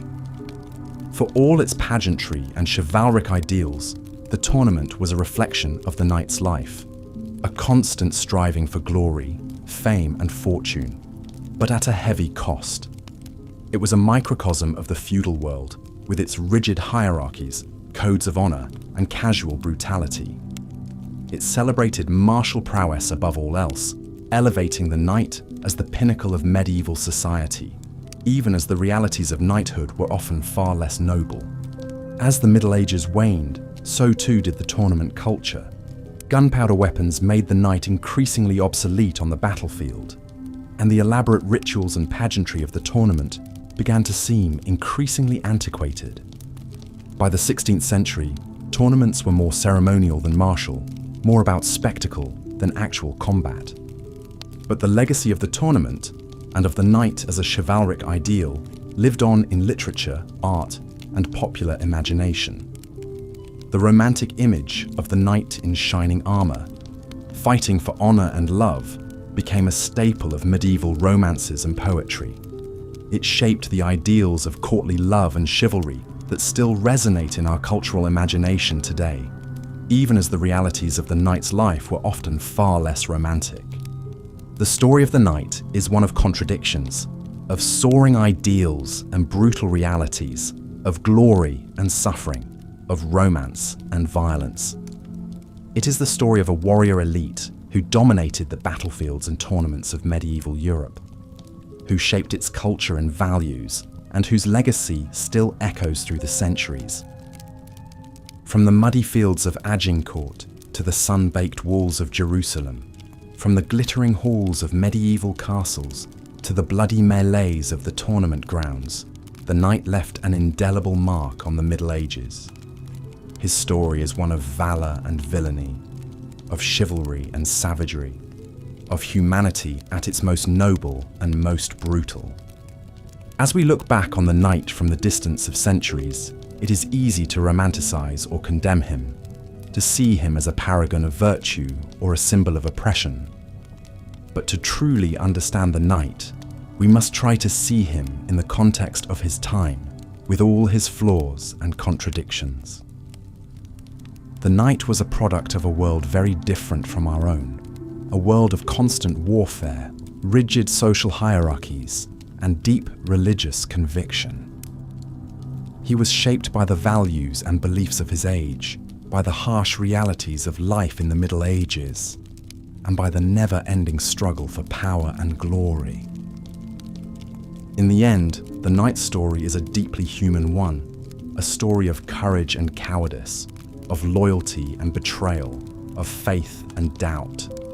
It is the story of men who aspired to high ideals, but who were also capable of great cruelty and violence.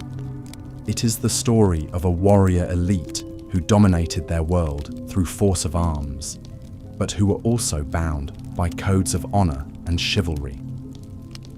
As we remember the knight in all his glory and infamy, we are reminded of the complexities and contradictions of the human experience, of the ways in which we are shaped by our times and our cultures, and of the enduring power of the stories we tell about ourselves and our past.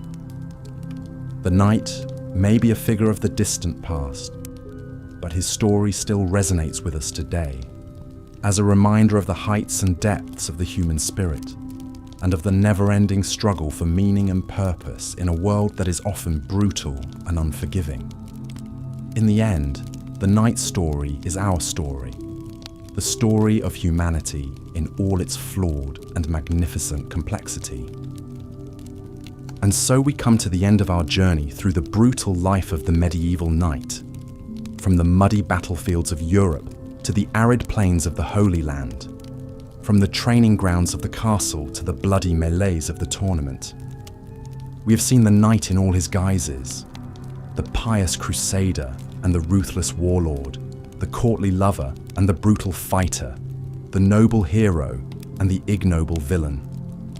We have seen the world that shaped him, a world of constant warfare, rigid social hierarchies, and deep religious conviction. And we have seen the legacy he left behind, a legacy of chivalry and brutality, of romance and violence, of soaring ideals and harsh realities. The knight may be gone, but his story lives on, in the tales we tell and the dreams we dream, in the ideals we aspire to and the realities we confront. In the end, the story of the knight is a testament to the enduring power of the human spirit, to our capacity for both great good and great evil, for both noble sacrifice and brutal self-interest. It is a reminder that we are all products of our times and our cultures, shaped by the world around us even as we seek to shape it in turn.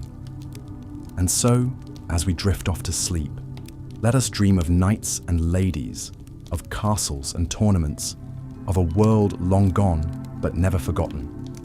Let us remember the knight in all his flawed and magnificent humanity, and let us strive, in our own ways, to live up to the ideals he embodied, even as we learn from his mistakes and shortcomings.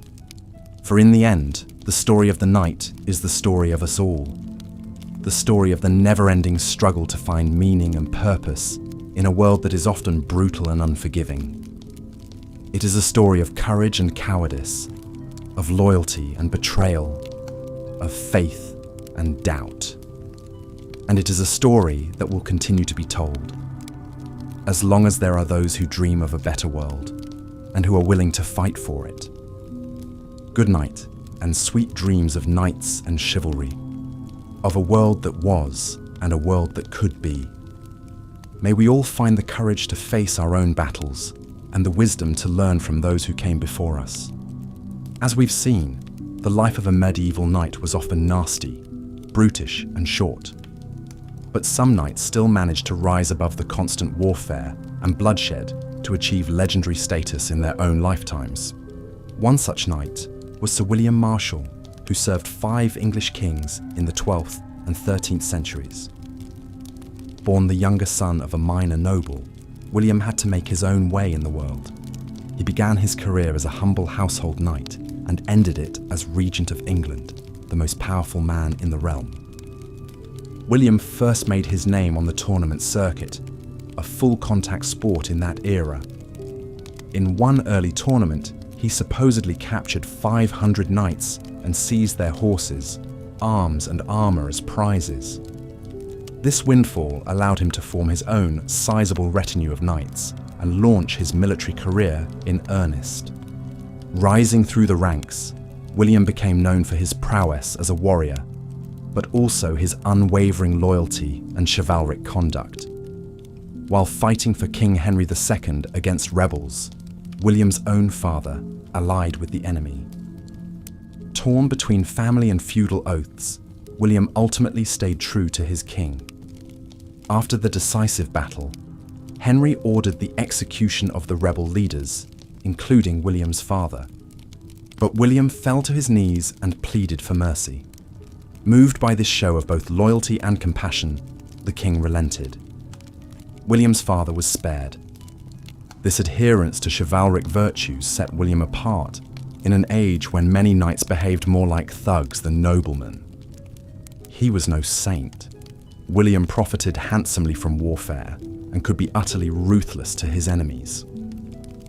But he usually tried to temper the brutality of war with basic humanity and fair treatment of foes.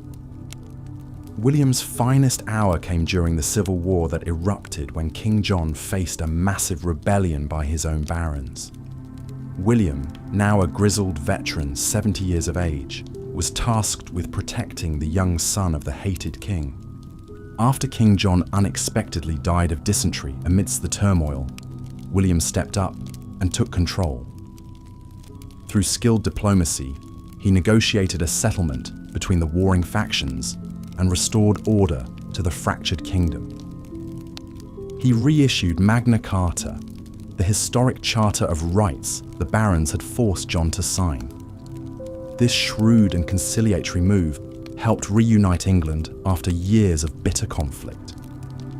Despite wielding near absolute power, William proved an able and responsible regent, capably guiding the kingdom until the boy king came of age. He died peacefully in his bed at 72, an astonishing feat for a knight who had spent his long life on battlefields. The glowing chronicle of William's life, commissioned by his own family, was one of the first biographies of a knight ever written.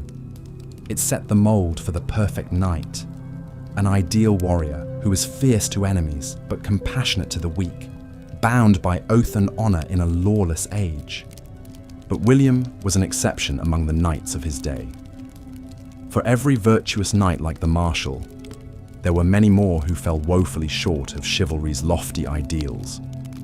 Ramon Mercader was a Catalan knight and mercenary captain who won renown for all the wrong reasons in 14th century Spain. He fought not for king and country, but for his notorious mercenary company known as the Almogovars. Hardened veterans of the wars between Aragon and Castile, the Almogovars sold their swords to whichever ruler would pay them. Loyalty was an alien concept to these hard-bitten professional soldiers. In 1303, the Byzantine Emperor Andronicus hired Mercader and 6,500 Almogavars to help him fight off invading Turks in Anatolia. Mercader and his men succeeded in repelling the Turkish threat, but their astounding brutality shocked even the battle-hardened Byzantines. The Almogava method of war was simple and unsubtle: burn, pillage, and butcher everything in their path, soldier and civilian alike. Mounted on swift horses, they would streak ahead of the main army like a scythe, leaving a trail of torched villages, trampled fields, and disemboweled peasants in their wake. Even their Christian Byzantine employers were horrified by the depravity of Mercader and his men. Byzantine records describe the Almogavars' standard practice after taking a town. They would first compel the leading citizens to hand over their wealth on pain of death. Once the movable loot was secured, they put the entire population to the sword. Every man, woman, and child hacked to pieces. The chronicle of the Byzantine historian Pachymeres relates one especially grim episode. After sacking a Turkish town, Mercader and his Almogavars impaled all the surviving inhabitants on wooden stakes. Thousands of men, women, and children left to writhe in agony under the burning sun. They then lit a massive bonfire using furniture from the emptied houses and celebrated their victory by feasting and carousing amidst the awful forest of impaled bodies. Such acts were not the regrettable excesses of war, but standard operating procedure for Mercader's company. With allies like these, the Byzantines soon began to regret hiring the Almogavars, who they came to regard as savages and brutes. But the emperor could hardly complain. He had knowingly employed these butchers to terrorize his Turkish enemies, a task they performed with gusto. The uneasy alliance fell apart after Mercader and his men routed the Turks and forced a peace settlement. With the war over and their pay drying up, the Almogavars began ravaging Byzantine lands with the same ferocity they had shown the Turks. Incensed, the emperor terminated their contract, but foolishly tried to cheat them out of their agreed wages. Mercader was outraged at this betrayal. He led his men back toward Constantinople, burning towns, looting monasteries, and slaughtering all in their path. The emperor hastily sent wagons laden with gold to belatedly pay the Almogavars off before they could threaten the capital. It was a craven and humiliating capitulation by a ruler who had unleashed a monster he could no longer control. Having wrung the Byzantines dry, Mercader next offered his services to the Latin Prince of Achaia, a Frankish crusader state in Greece. Here, the Almogavars plumbed new depths of atrocity. Byzantine records accuse them of roasting babies on spits and using their dismembered mothers' bodies as benches while feasting. Even accounting for cultural animosity and wartime propaganda, the consistency of such grisly reports attests to the unique savagery of Mercader and his dreaded company. Rightly feared across the Mediterranean, Mercader ultimately ended his long and bloody career as a made man in Sicily, richly rewarded for his decades of carnage in gold and estates. While the rapacious Mercader represented the worst of his profession, most knights fell somewhere between the lofty example of Martial and the wanton cruelty of Mercader. The reality of knightly life was often grim, brutal, and short, with few finding glory or riches at the end of their hard road. Consider the experience of an ordinary French knight in the 13th century. Born into a poor but noble family, he would be packed off to the household of a higher-ranking lord around the age of 7 to begin his training. As a lowly page, he waited on the lord's table, ran errands for his lady, and endured cuffed ears from the castle chaplain during Latin lessons he could barely understand. Around 14, he would graduate to squire, assisting the knight he served with dressing, grooming his warhorse, cleaning his armor and weapons, and accompanying him on campaign. In battle, the squire would lead up his master's spare horses and guard his prisoners. If his knight was unhorsed in the press of battle, the squire would rush in to supply a fresh mount or drag his wounded lord to safety if he fell. It was hazardous, unglamorous work. Many a squire died in harness before ever attaining knighthood themselves. At 21, a squire would finally be dubbed a knight, usually on the eve of his first battle or after distinguishing himself in combat. In a solemn ceremony, the lord he served would strike him on the shoulders and head with the flat of his sword. The blows symbolized the last time he would endure chastisement without answering in kind. Now a made knight, he would remain in the service of his lord, fighting his wars and enforcing his will on the populace. Mounted on an destrier warhorse and clad in full armor, he would have made an imposing figure on the battlefield. But for all their vaunted warrior prowess, knights faced terrifying risks in combat. The elite cavalry charges that epitomized knightly warfare were always a gamble. A well-timed countercharge could turn a thundering wall of horseflesh and steel into a tangled massacre in a matter of moments. Assuming our knight survived his first clash of lances unscathed, the press of battle quickly devolved into a chaotic melee in which he would hack and bludgeon his way through the throng. Jammed into the crush of bodies, exhausted from heat and thirst, he ran the risk of having his horse killed from under him. Falling beneath the hooves of his comrades' mounts, he could be trampled to death in an instant. Assuming he managed to drag himself from the muck and blood of the battlefield, a knight who had acquitted himself bravely might be taken for ransom by his foes if captured. But all too often, those judged too poor to be worth ransoming were brutally executed where they lay. Many a young knight who dreamed of martial glory met his end with his throat slit in a corpse-strewn field, his armor stripped off before his body had even grown cold. If taken alive, an unfortunate knight of meager means would face grim prospects. Chained and dragged off to the enemy's castle, he could languish for years in a dank dungeon while his family frantically tried to raise the steep price of his freedom. Some knights died in captivity or had to be ransomed by the efforts of the whole community. Such was the harsh fate of those who lost out at the brutal game of war in the Middle Ages. While a few elite knights won fame and fortune from their martial exploits, for the ordinary knight, warfare was a path to pain, penury, or a premature grave. In an era when virtually all fighting was hand-to-hand, even the victor was guaranteed a share of hardship and bodily hazard. Assuming he survived his military service with life and limb intact, a typical knight could look forward to settling down in austere comfort, lorded over his manor by the grace of his feudal master. So long as he didn't run afoul of his overlord's whims or displease the church, his battered soul could find some late repose as a petty tyrant of his local patch. But when his lord's summons came again, he would strap on his sword, don his dented helm, and march toward the horizon to inflict and endure the brutal cycle of bloodletting once more. Such was the harsh lot of even the most ordinary and unremarkable of knights in the Middle Ages. While the gleam of knightly legend still captures imaginations today, the reality for the faceless figures who lived, bled, and perished by the thousands in the mud of medieval battlefields was often anything but glorious.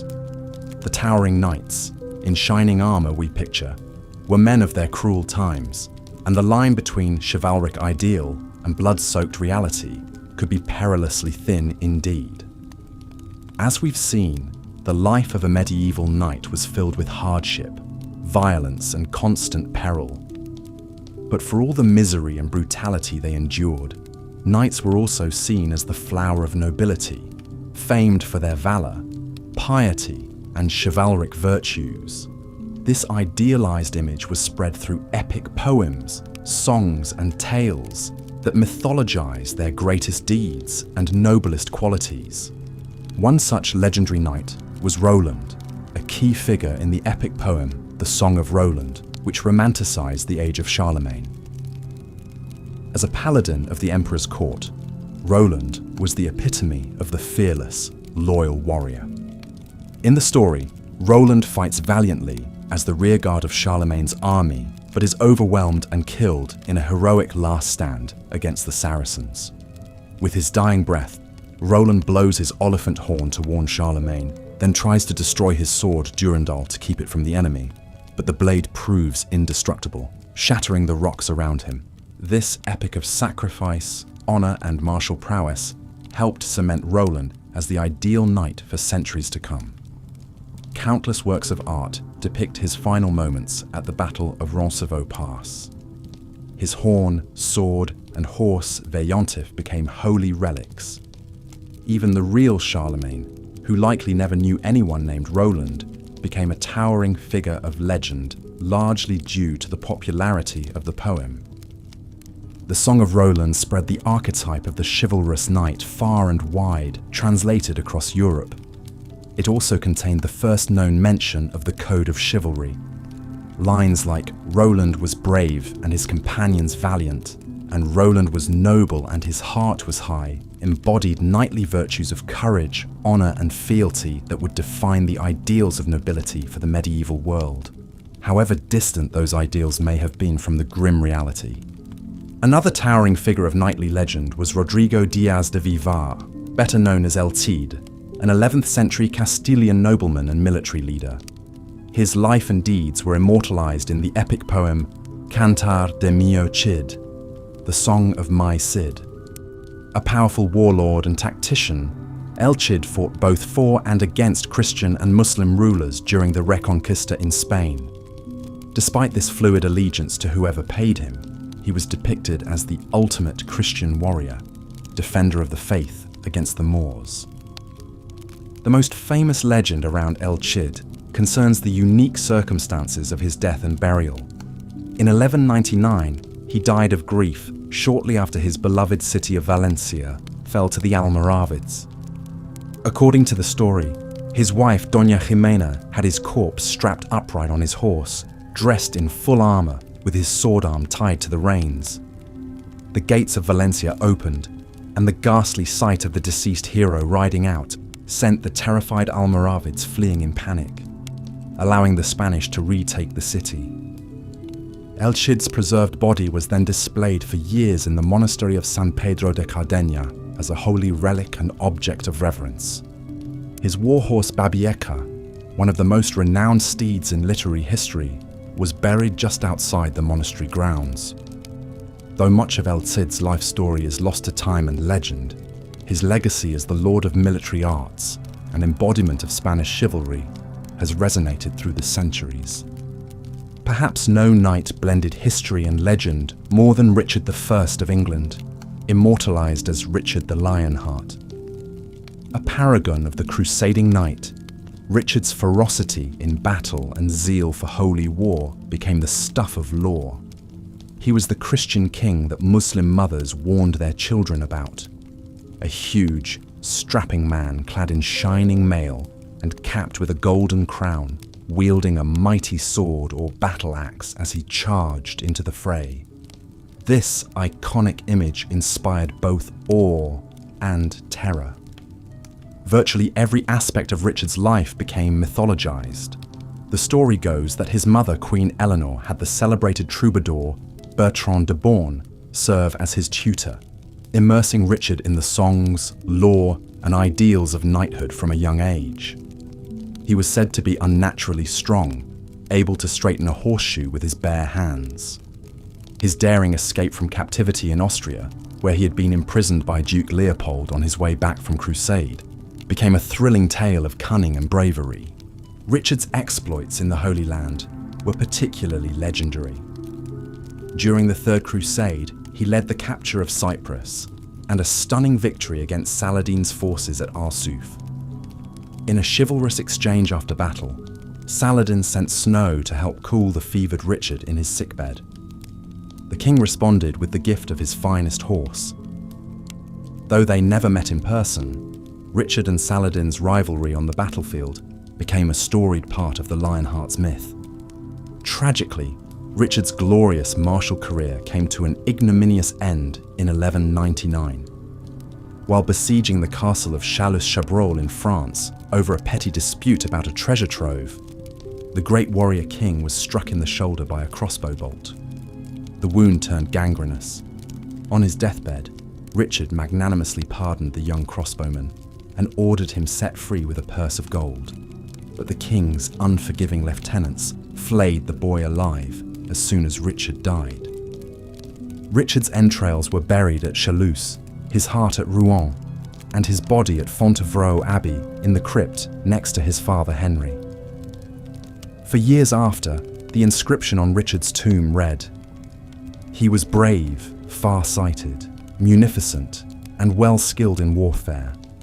His end was lamentable, but his reputation has lasted through the ages."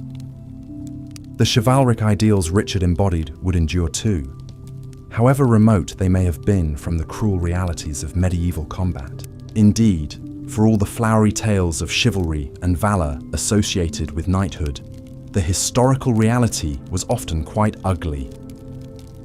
Many knights fell far short of the code of honor and were known more for ruthlessness than gallantry.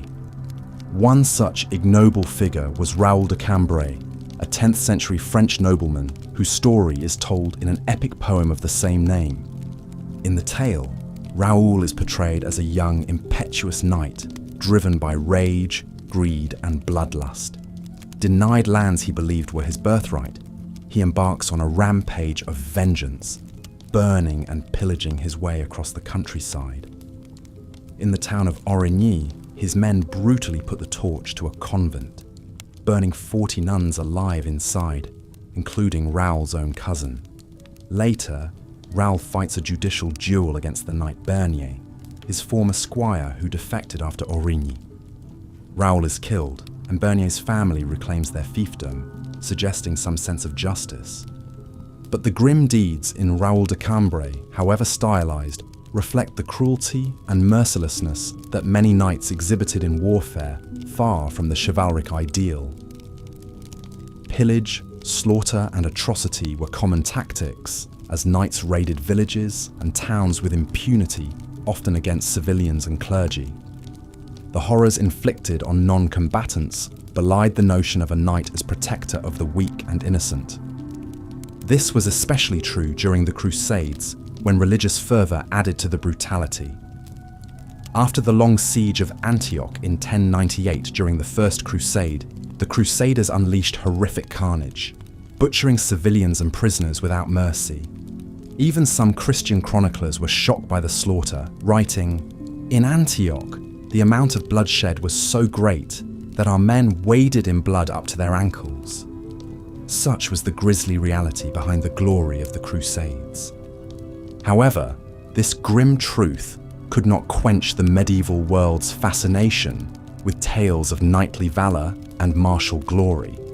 A rich literary tradition of chivalric romances sprung up in the 12th century and flourished for hundreds of years.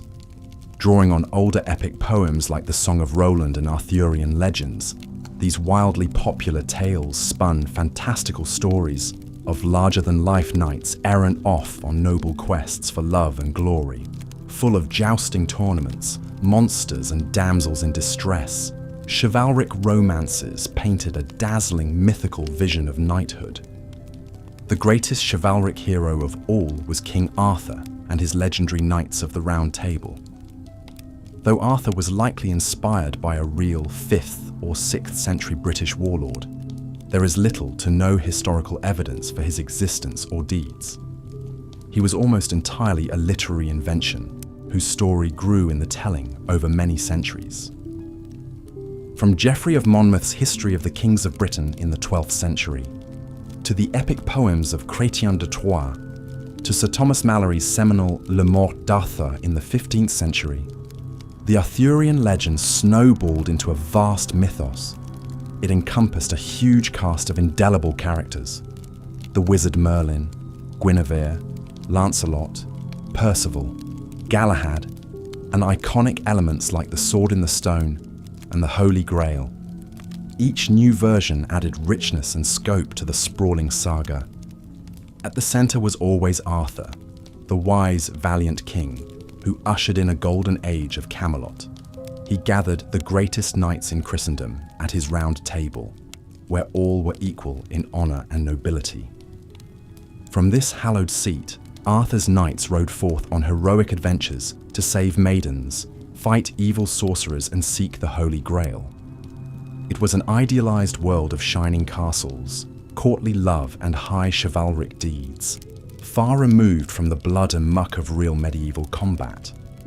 The enduring appeal of the Arthurian romances lay in their ability to ennoble and inspire. They held up an idealized vision of the knight as a paragon of courage, honor, piety, and courtly manners. In this way, the mythical knights of the Round Table embodied the perfect chivalric virtues that real knights could aspire to, even if they fell woefully short. The Arthurian tales and other romances helped spread the cult of chivalry across Europe. And of course, what better place to showcase those lofty knightly qualities than the tournament? Far more than mere military training exercises or sport, tournaments were elaborate public spectacles, a kind of medieval predecessor to pro sports. By the 13th century, they had evolved into huge, multi-day carnival-like events filled with pageantry, feasting, and martial games, drawing thousands of spectators. The tournament was the place for a knight to strut his stuff and build his reputation. Heralds would cry out the combatants' names and proclaim their heroic qualities as they took the field. Knights would deck themselves and their horses in their finest regalia, with colourful surcoats displaying their heraldic coats of arms. The ladies would watch from the stands, cheering on their champions and presenting favours to their chosen warriors. The jousting competition was the main event, where armoured knights on horseback would attempt to knock each other off with couched lances at full gallop. It was a thunderous, heart-stopping spectacle as the riders clashed in an explosion of splintered lances. A well-placed hit could send a knight tumbling from his mount into the dust. The last man seated would be declared the winner and crowned by a noble lady as the Queen of Love and Beauty. However, for all their pageantry and fanfare, tournaments were extremely dangerous affairs. Though the weapons were blunted, the combat was full contact and quite brutal. Serious injuries were common and deaths not unheard of, even for the victors. In 1559, the French king Henry II died after his opponent's lance splintered and a shard punctured his eye through the visor. One can only imagine the trauma and survivor's guilt the other knight must have felt. But the risks of the tournament paled in comparison to the ultimate trial for any medieval knight: the experience of siege warfare. Sieges were agonizingly long, drawn-out affairs of sustained horror and misery, quite unlike the furious clash of battle. For the besieging army camped outside a castle's walls, it was a wretched existence of squalor, disease, and boredom punctuated by terror whenever the defenders unleashed a barrage of arrows, rocks, or boiling oil from the battlements. But if life was miserable for the besiegers, for those trapped inside the castle, it was a true nightmare. As food stocks dwindled, the inhabitants faced the slow, excruciating prospect of starvation. The account of the siege of Acre during the Third Crusade captures the hellish depths of deprivation. The heat, the flies, the corpses rotting in the streets, the lack of food, and above all water in the sweltering city created indescribable conditions. Men, women and children were dying in droves. In the most desperate times, people ate anything to survive: cats, dogs, rats, animal hides, grass, and roots. One contemporaneous chronicler wrote of starving mothers eating their own babies. Others described crusaders cutting flesh from Turkish corpses to devour, or Christians drinking their own urine. Such was the price to endure a castle under siege, for commoner or knight alike. But perhaps the most feared and horrific aspect of siege warfare was the grim fate that awaited the defeated. If a besieged castle or town did not surrender in time, the victorious army would put it to the sack, a truly nightmarish orgy of violence, rape, and destruction.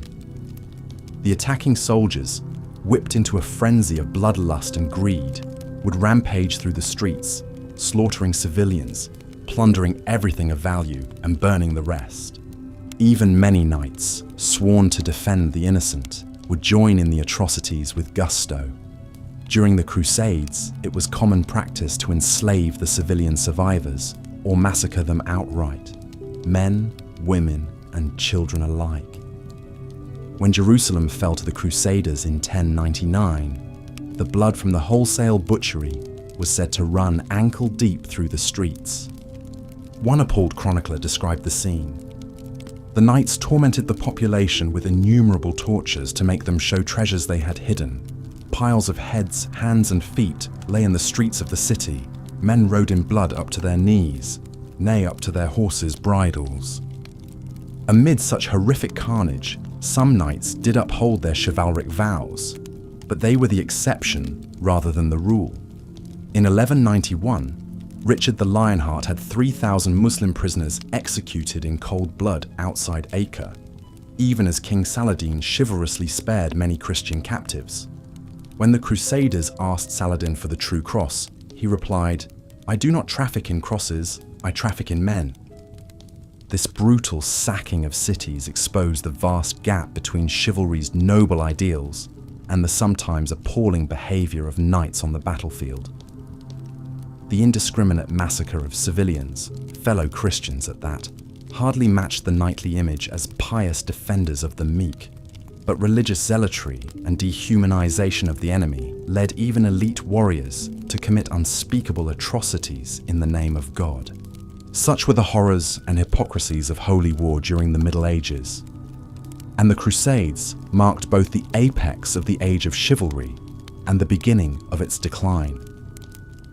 The astounding successes of the First Crusade in capturing Jerusalem led to a surge in religious devotion and knightly fervor across Europe. The Crusader knight became the ultimate chivalric archetype, nobly sacrificing everything to fight for the glory of God. But the ugly realities of later crusades, defined by poor leadership, military failures, and horrific atrocities against civilians, led to growing disillusionment. The Christian knight's halo became permanently tarnished, especially after the catastrophic Fourth Crusade, which ended in the sack of Constantinople, the greatest Christian city in the world, by the Fourth Crusade crusaders themselves in 1204.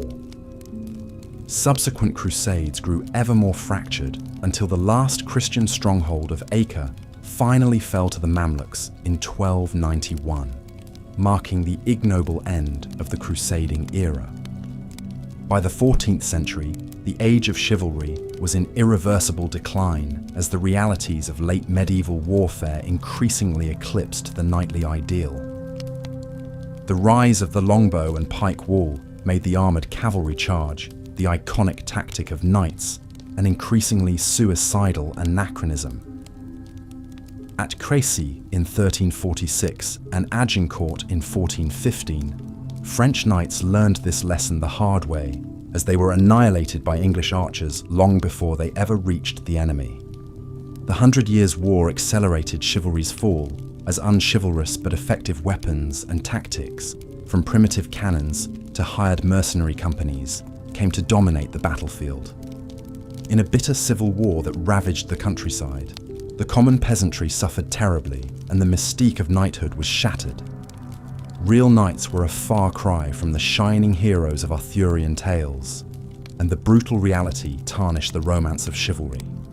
The 15th century saw the last flourishing of chivalric culture with its fantastical romances and decadent tournaments, most lavishly the month-long wedding celebration of Charles the Bold, which nearly bankrupted Burgundy, but it was more performance than reality by then. Amid the rise of gunpowder, the tournament of Saint-Anglevert in 1390 was another grand affair that showcased the pageantry and spectacle of the knightly tournament tradition. Organised by the French knight Jean Le Mangre, better known as Boucicaut, It brought together some of the most skilled and renowned knights from across Europe.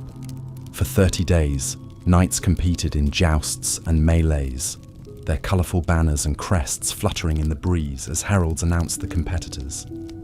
But as with any tournament, St-Anglevaire saw its share of injuries and violence. The English knight Sir John Golafre suffered a broken arm in the jousts. In the grand melee, the crush of knights fighting in close quarters with swords and maces resulted in several more injuries, though fortunately none were fatal. The crowds gasped and cheered at each collision of lance and shield, thrilled by the spectacle, while perhaps not fully appreciating the pain endured for their entertainment. The most famous tale to emerge from St-Anglevaire involves the English knight Sir Peter Courtenay. In the jousts, Courtenay's lance struck his French opponent squarely, but failed to shatter on impact. Accused of using an improper lance, Courtenay demanded a trial by combat to defend his honour as a true knight. A duel was arranged, but the French King Charles VI intervened, unwilling to let a foreign knight be potentially killed or maimed over a tournament dispute. The incident reveals the touchy nature of chivalric honour, where even a perceived slight could provoke a deadly duel. It also shows the precariousness of a knight's life. One bad fall, one errant lance in a friendly joust, could abruptly end a celebrated tournament career and a life. Knights like Courtenay risked everything each time they rode into the list, all for glory and acclaim that could prove fleeting. Many knights met untimely ends in the tournaments they loved. The famous English knight William Marshall, renowned as the greatest jouster of his age, finally retired from the lists after suffering a broken leg, ribs and collarbone in his 60s. The 13th century French knight Geoffroy de Breuil, known as the Leper for his scarred appearance, fell in a tournament near Cologne in 1252. A young squire named Wautier was killed in a joust during his knighting ceremony at Neuss in 1256. For every champion who basked in tournament glory, many more paid in blood. The knightly tournament evolved over time from a brutal mock battle to a more regulated and stylized extreme sport. By the 15th century, tournaments emphasized individual jousts over the chaotic melee, and complex rules governed the types of armor and weapons used to reduce fatalities. But the danger and the inherent violence of the tournament never disappeared entirely. Knights continued to charge at each other with solid lances, batter each other with blunted swords, and fall insensible from their horses, just as they had for centuries. The pageantry became ever more elaborate, the chivalric ethos romanticized and rarefied, but the core of the tournament remained a show of martial prowess, a test of skill, strength, and raw courage in the face of pain and potential death. The tournament was an essential part of knightly identity, both reflecting and reinforcing the centrality of ritualized, glorified violence to the medieval warrior elite. As the Middle Ages waned, the tournament began to decline. Firearms rendered the armored knight increasingly obsolete. The rise of the early modern state and professional standing armies reduced the social and military role of the semi-independent knight. The tournament became more of a self-conscious antiquarian revival than a practical training for war. In 1559, the French king Henry II died after a sliver of his opponent's shattered lance pierced his eye during a joust, a shocking reminder of the risks of the tournament. His death is often seen as a symbolic ending of the tournament tradition and a sign of its growing irrelevance. The elaborate pageantry and fanfare remained. Henry's fatal joust took place during his daughter's wedding celebrations, but the tournaments grew less frequent and less central to aristocratic warrior culture. The medieval knight and his tournament never entirely vanished. Jousting made a bit of a comeback in the Romantic era of the 1800s. To this day, modern jousts and Renaissance fairs revived the pageantry of the tournament tradition for education and entertainment. The image of the armored knight on horseback, lance in hand, remains one of the most recognizable symbols of the Middle Ages. But these modern revivals, as fun and fascinating as they are, sanitize the dark and dangerous reality of the medieval tournament. Underneath all the heraldic finery and chivalric posturing lay a world of warrior elites brutally battling for glory, honing their deadly craft and gambling with their lives for the roar of the crowd. The tournament was a microcosm of the knightly world in all its pageantry and poetry, as well as its harshness and hazards. The knight's path was a hard and perilous one, paved with pain more often than glory. Those who survived to old age bore the scars of a lifetime of combat, on the battlefield and in the lists. They rose each day, knowing it could be their last, that each clash of sword and lance could end in agony or death. And yet, year after year, tournament after tournament, they saddled up their war horses and rode out to fight again. Such was the way of the knight, steadfast in the face of danger, committed to the warrior's path, chasing honor and renown until the very end. As we've journeyed through the brutal world of the medieval knight, from their origins in the feudal system to their defining role in warfare and society, certain themes emerge again and again. The knight's life was defined by violence in their training, their tournaments, their bloody profession of arms. Death was a constant companion, whether charging into the thick of battle, laying siege to an enemy stronghold, or defending the walls of their own fortresses. The weapons and armor changed over the centuries, but the essentials of knightly combat remained the same. Close quarters fighting with sword, lance, mace, and axe, on foot and on horseback, in mud and blood. It was a world of clan and clanging metal, battle cries and dying screams, severed limbs and crushed bones. A knight had to make peace with pain and learn to deal it out in equal measure. We've seen how the realities of knightly warfare often clashed with the lofty ideals of the chivalric code. The gallant warrior fighting for God and glory, the noble protector of the weak and defender of the faith, remained powerful archetypes throughout the Middle Ages. But all too often, the knight fell short of these ideals, succumbing to the basest aspects of their warrior culture: brutality, greed, bloodlust, fanaticism.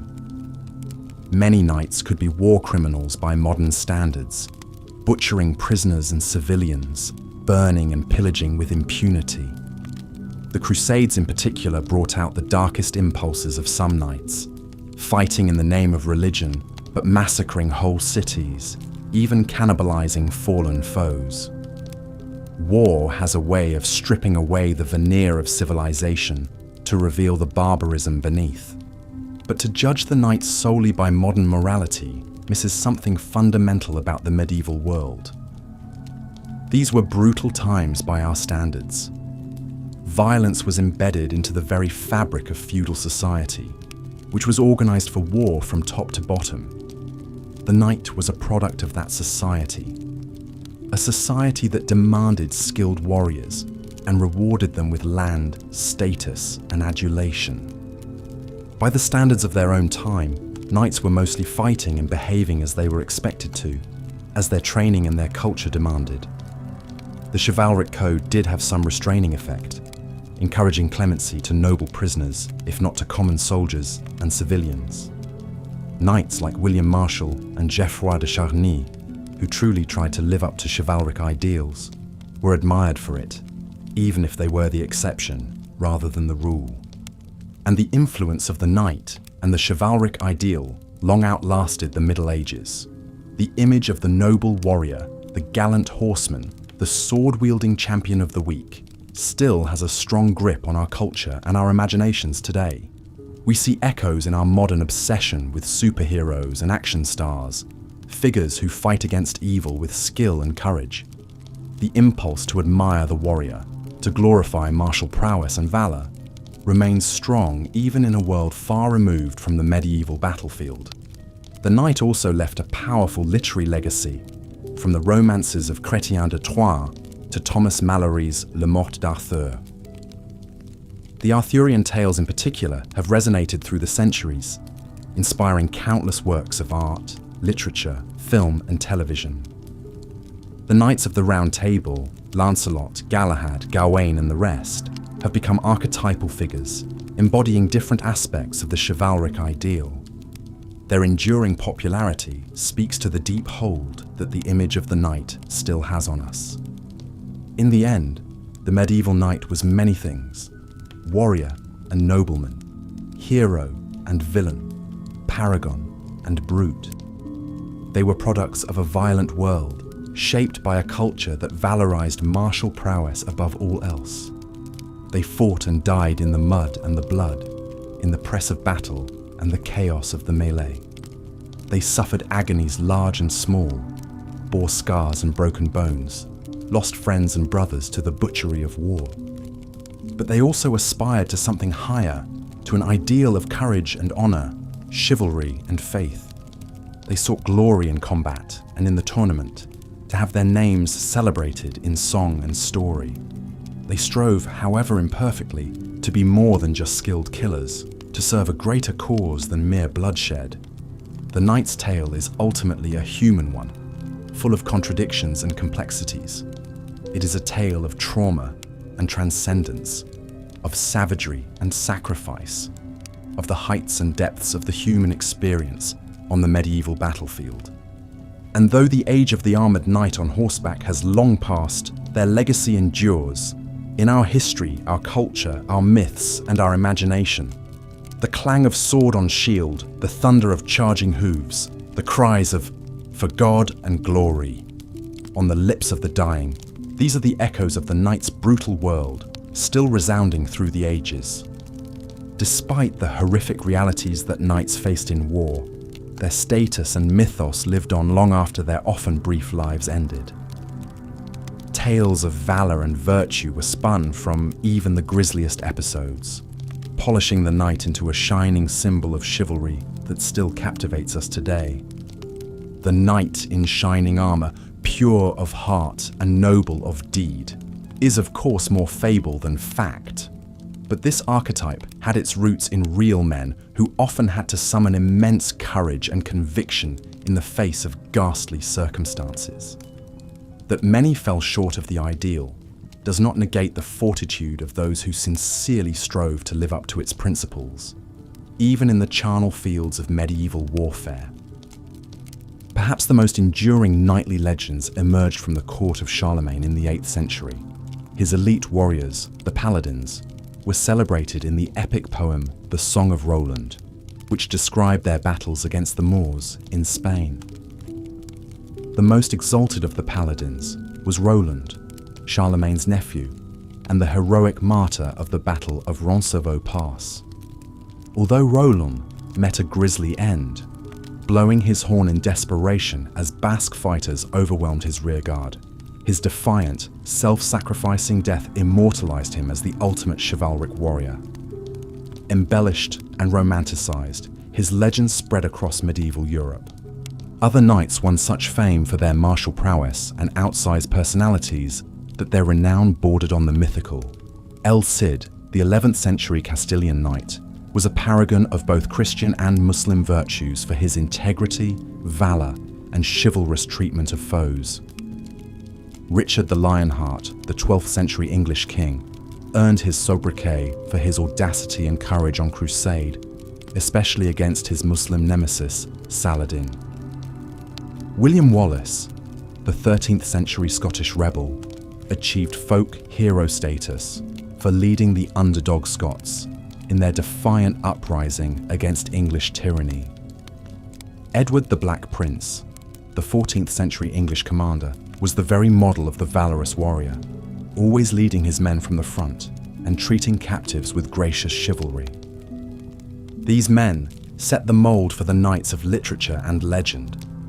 In their most grandiose incarnation, we find them in King Arthur's court as the Knights of the Round Table, in high medieval romances like the 12th century Lancelot, the Knight of the Cart. Brave Lancelot must prove his devotion to Queen Guinevere through various trials and tribulations.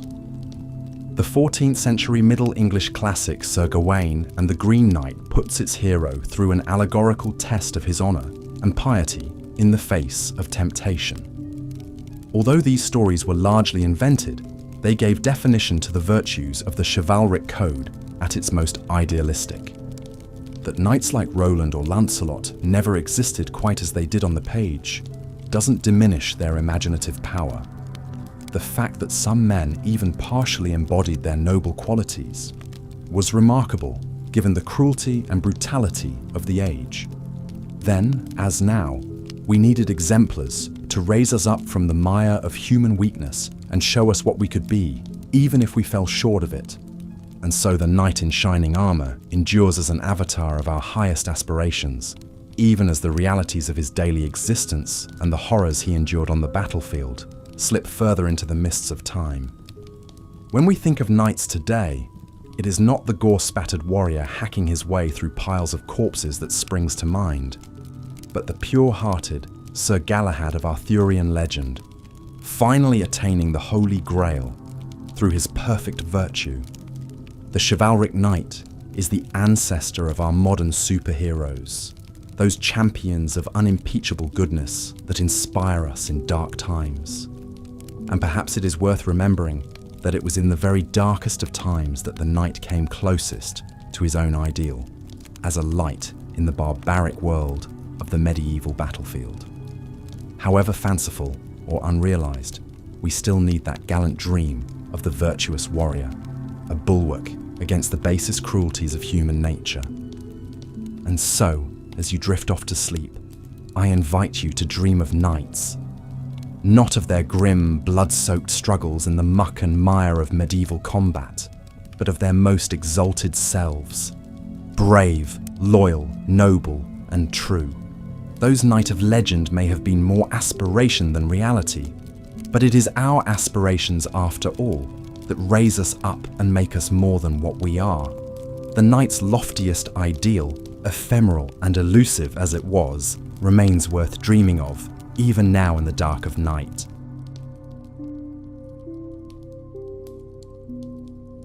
And now, the story ends. Thank you for joining me tonight on the Sleepy History Channel. We've traversed the blood-stained fields and fragile hearts of medieval knighthood, an age where valor and violence walk the same narrow path beneath banners of faith and pride. As the clamor of swords fades into silence, remember that even in times of cruelty, humanity reached for ideals greater than itself.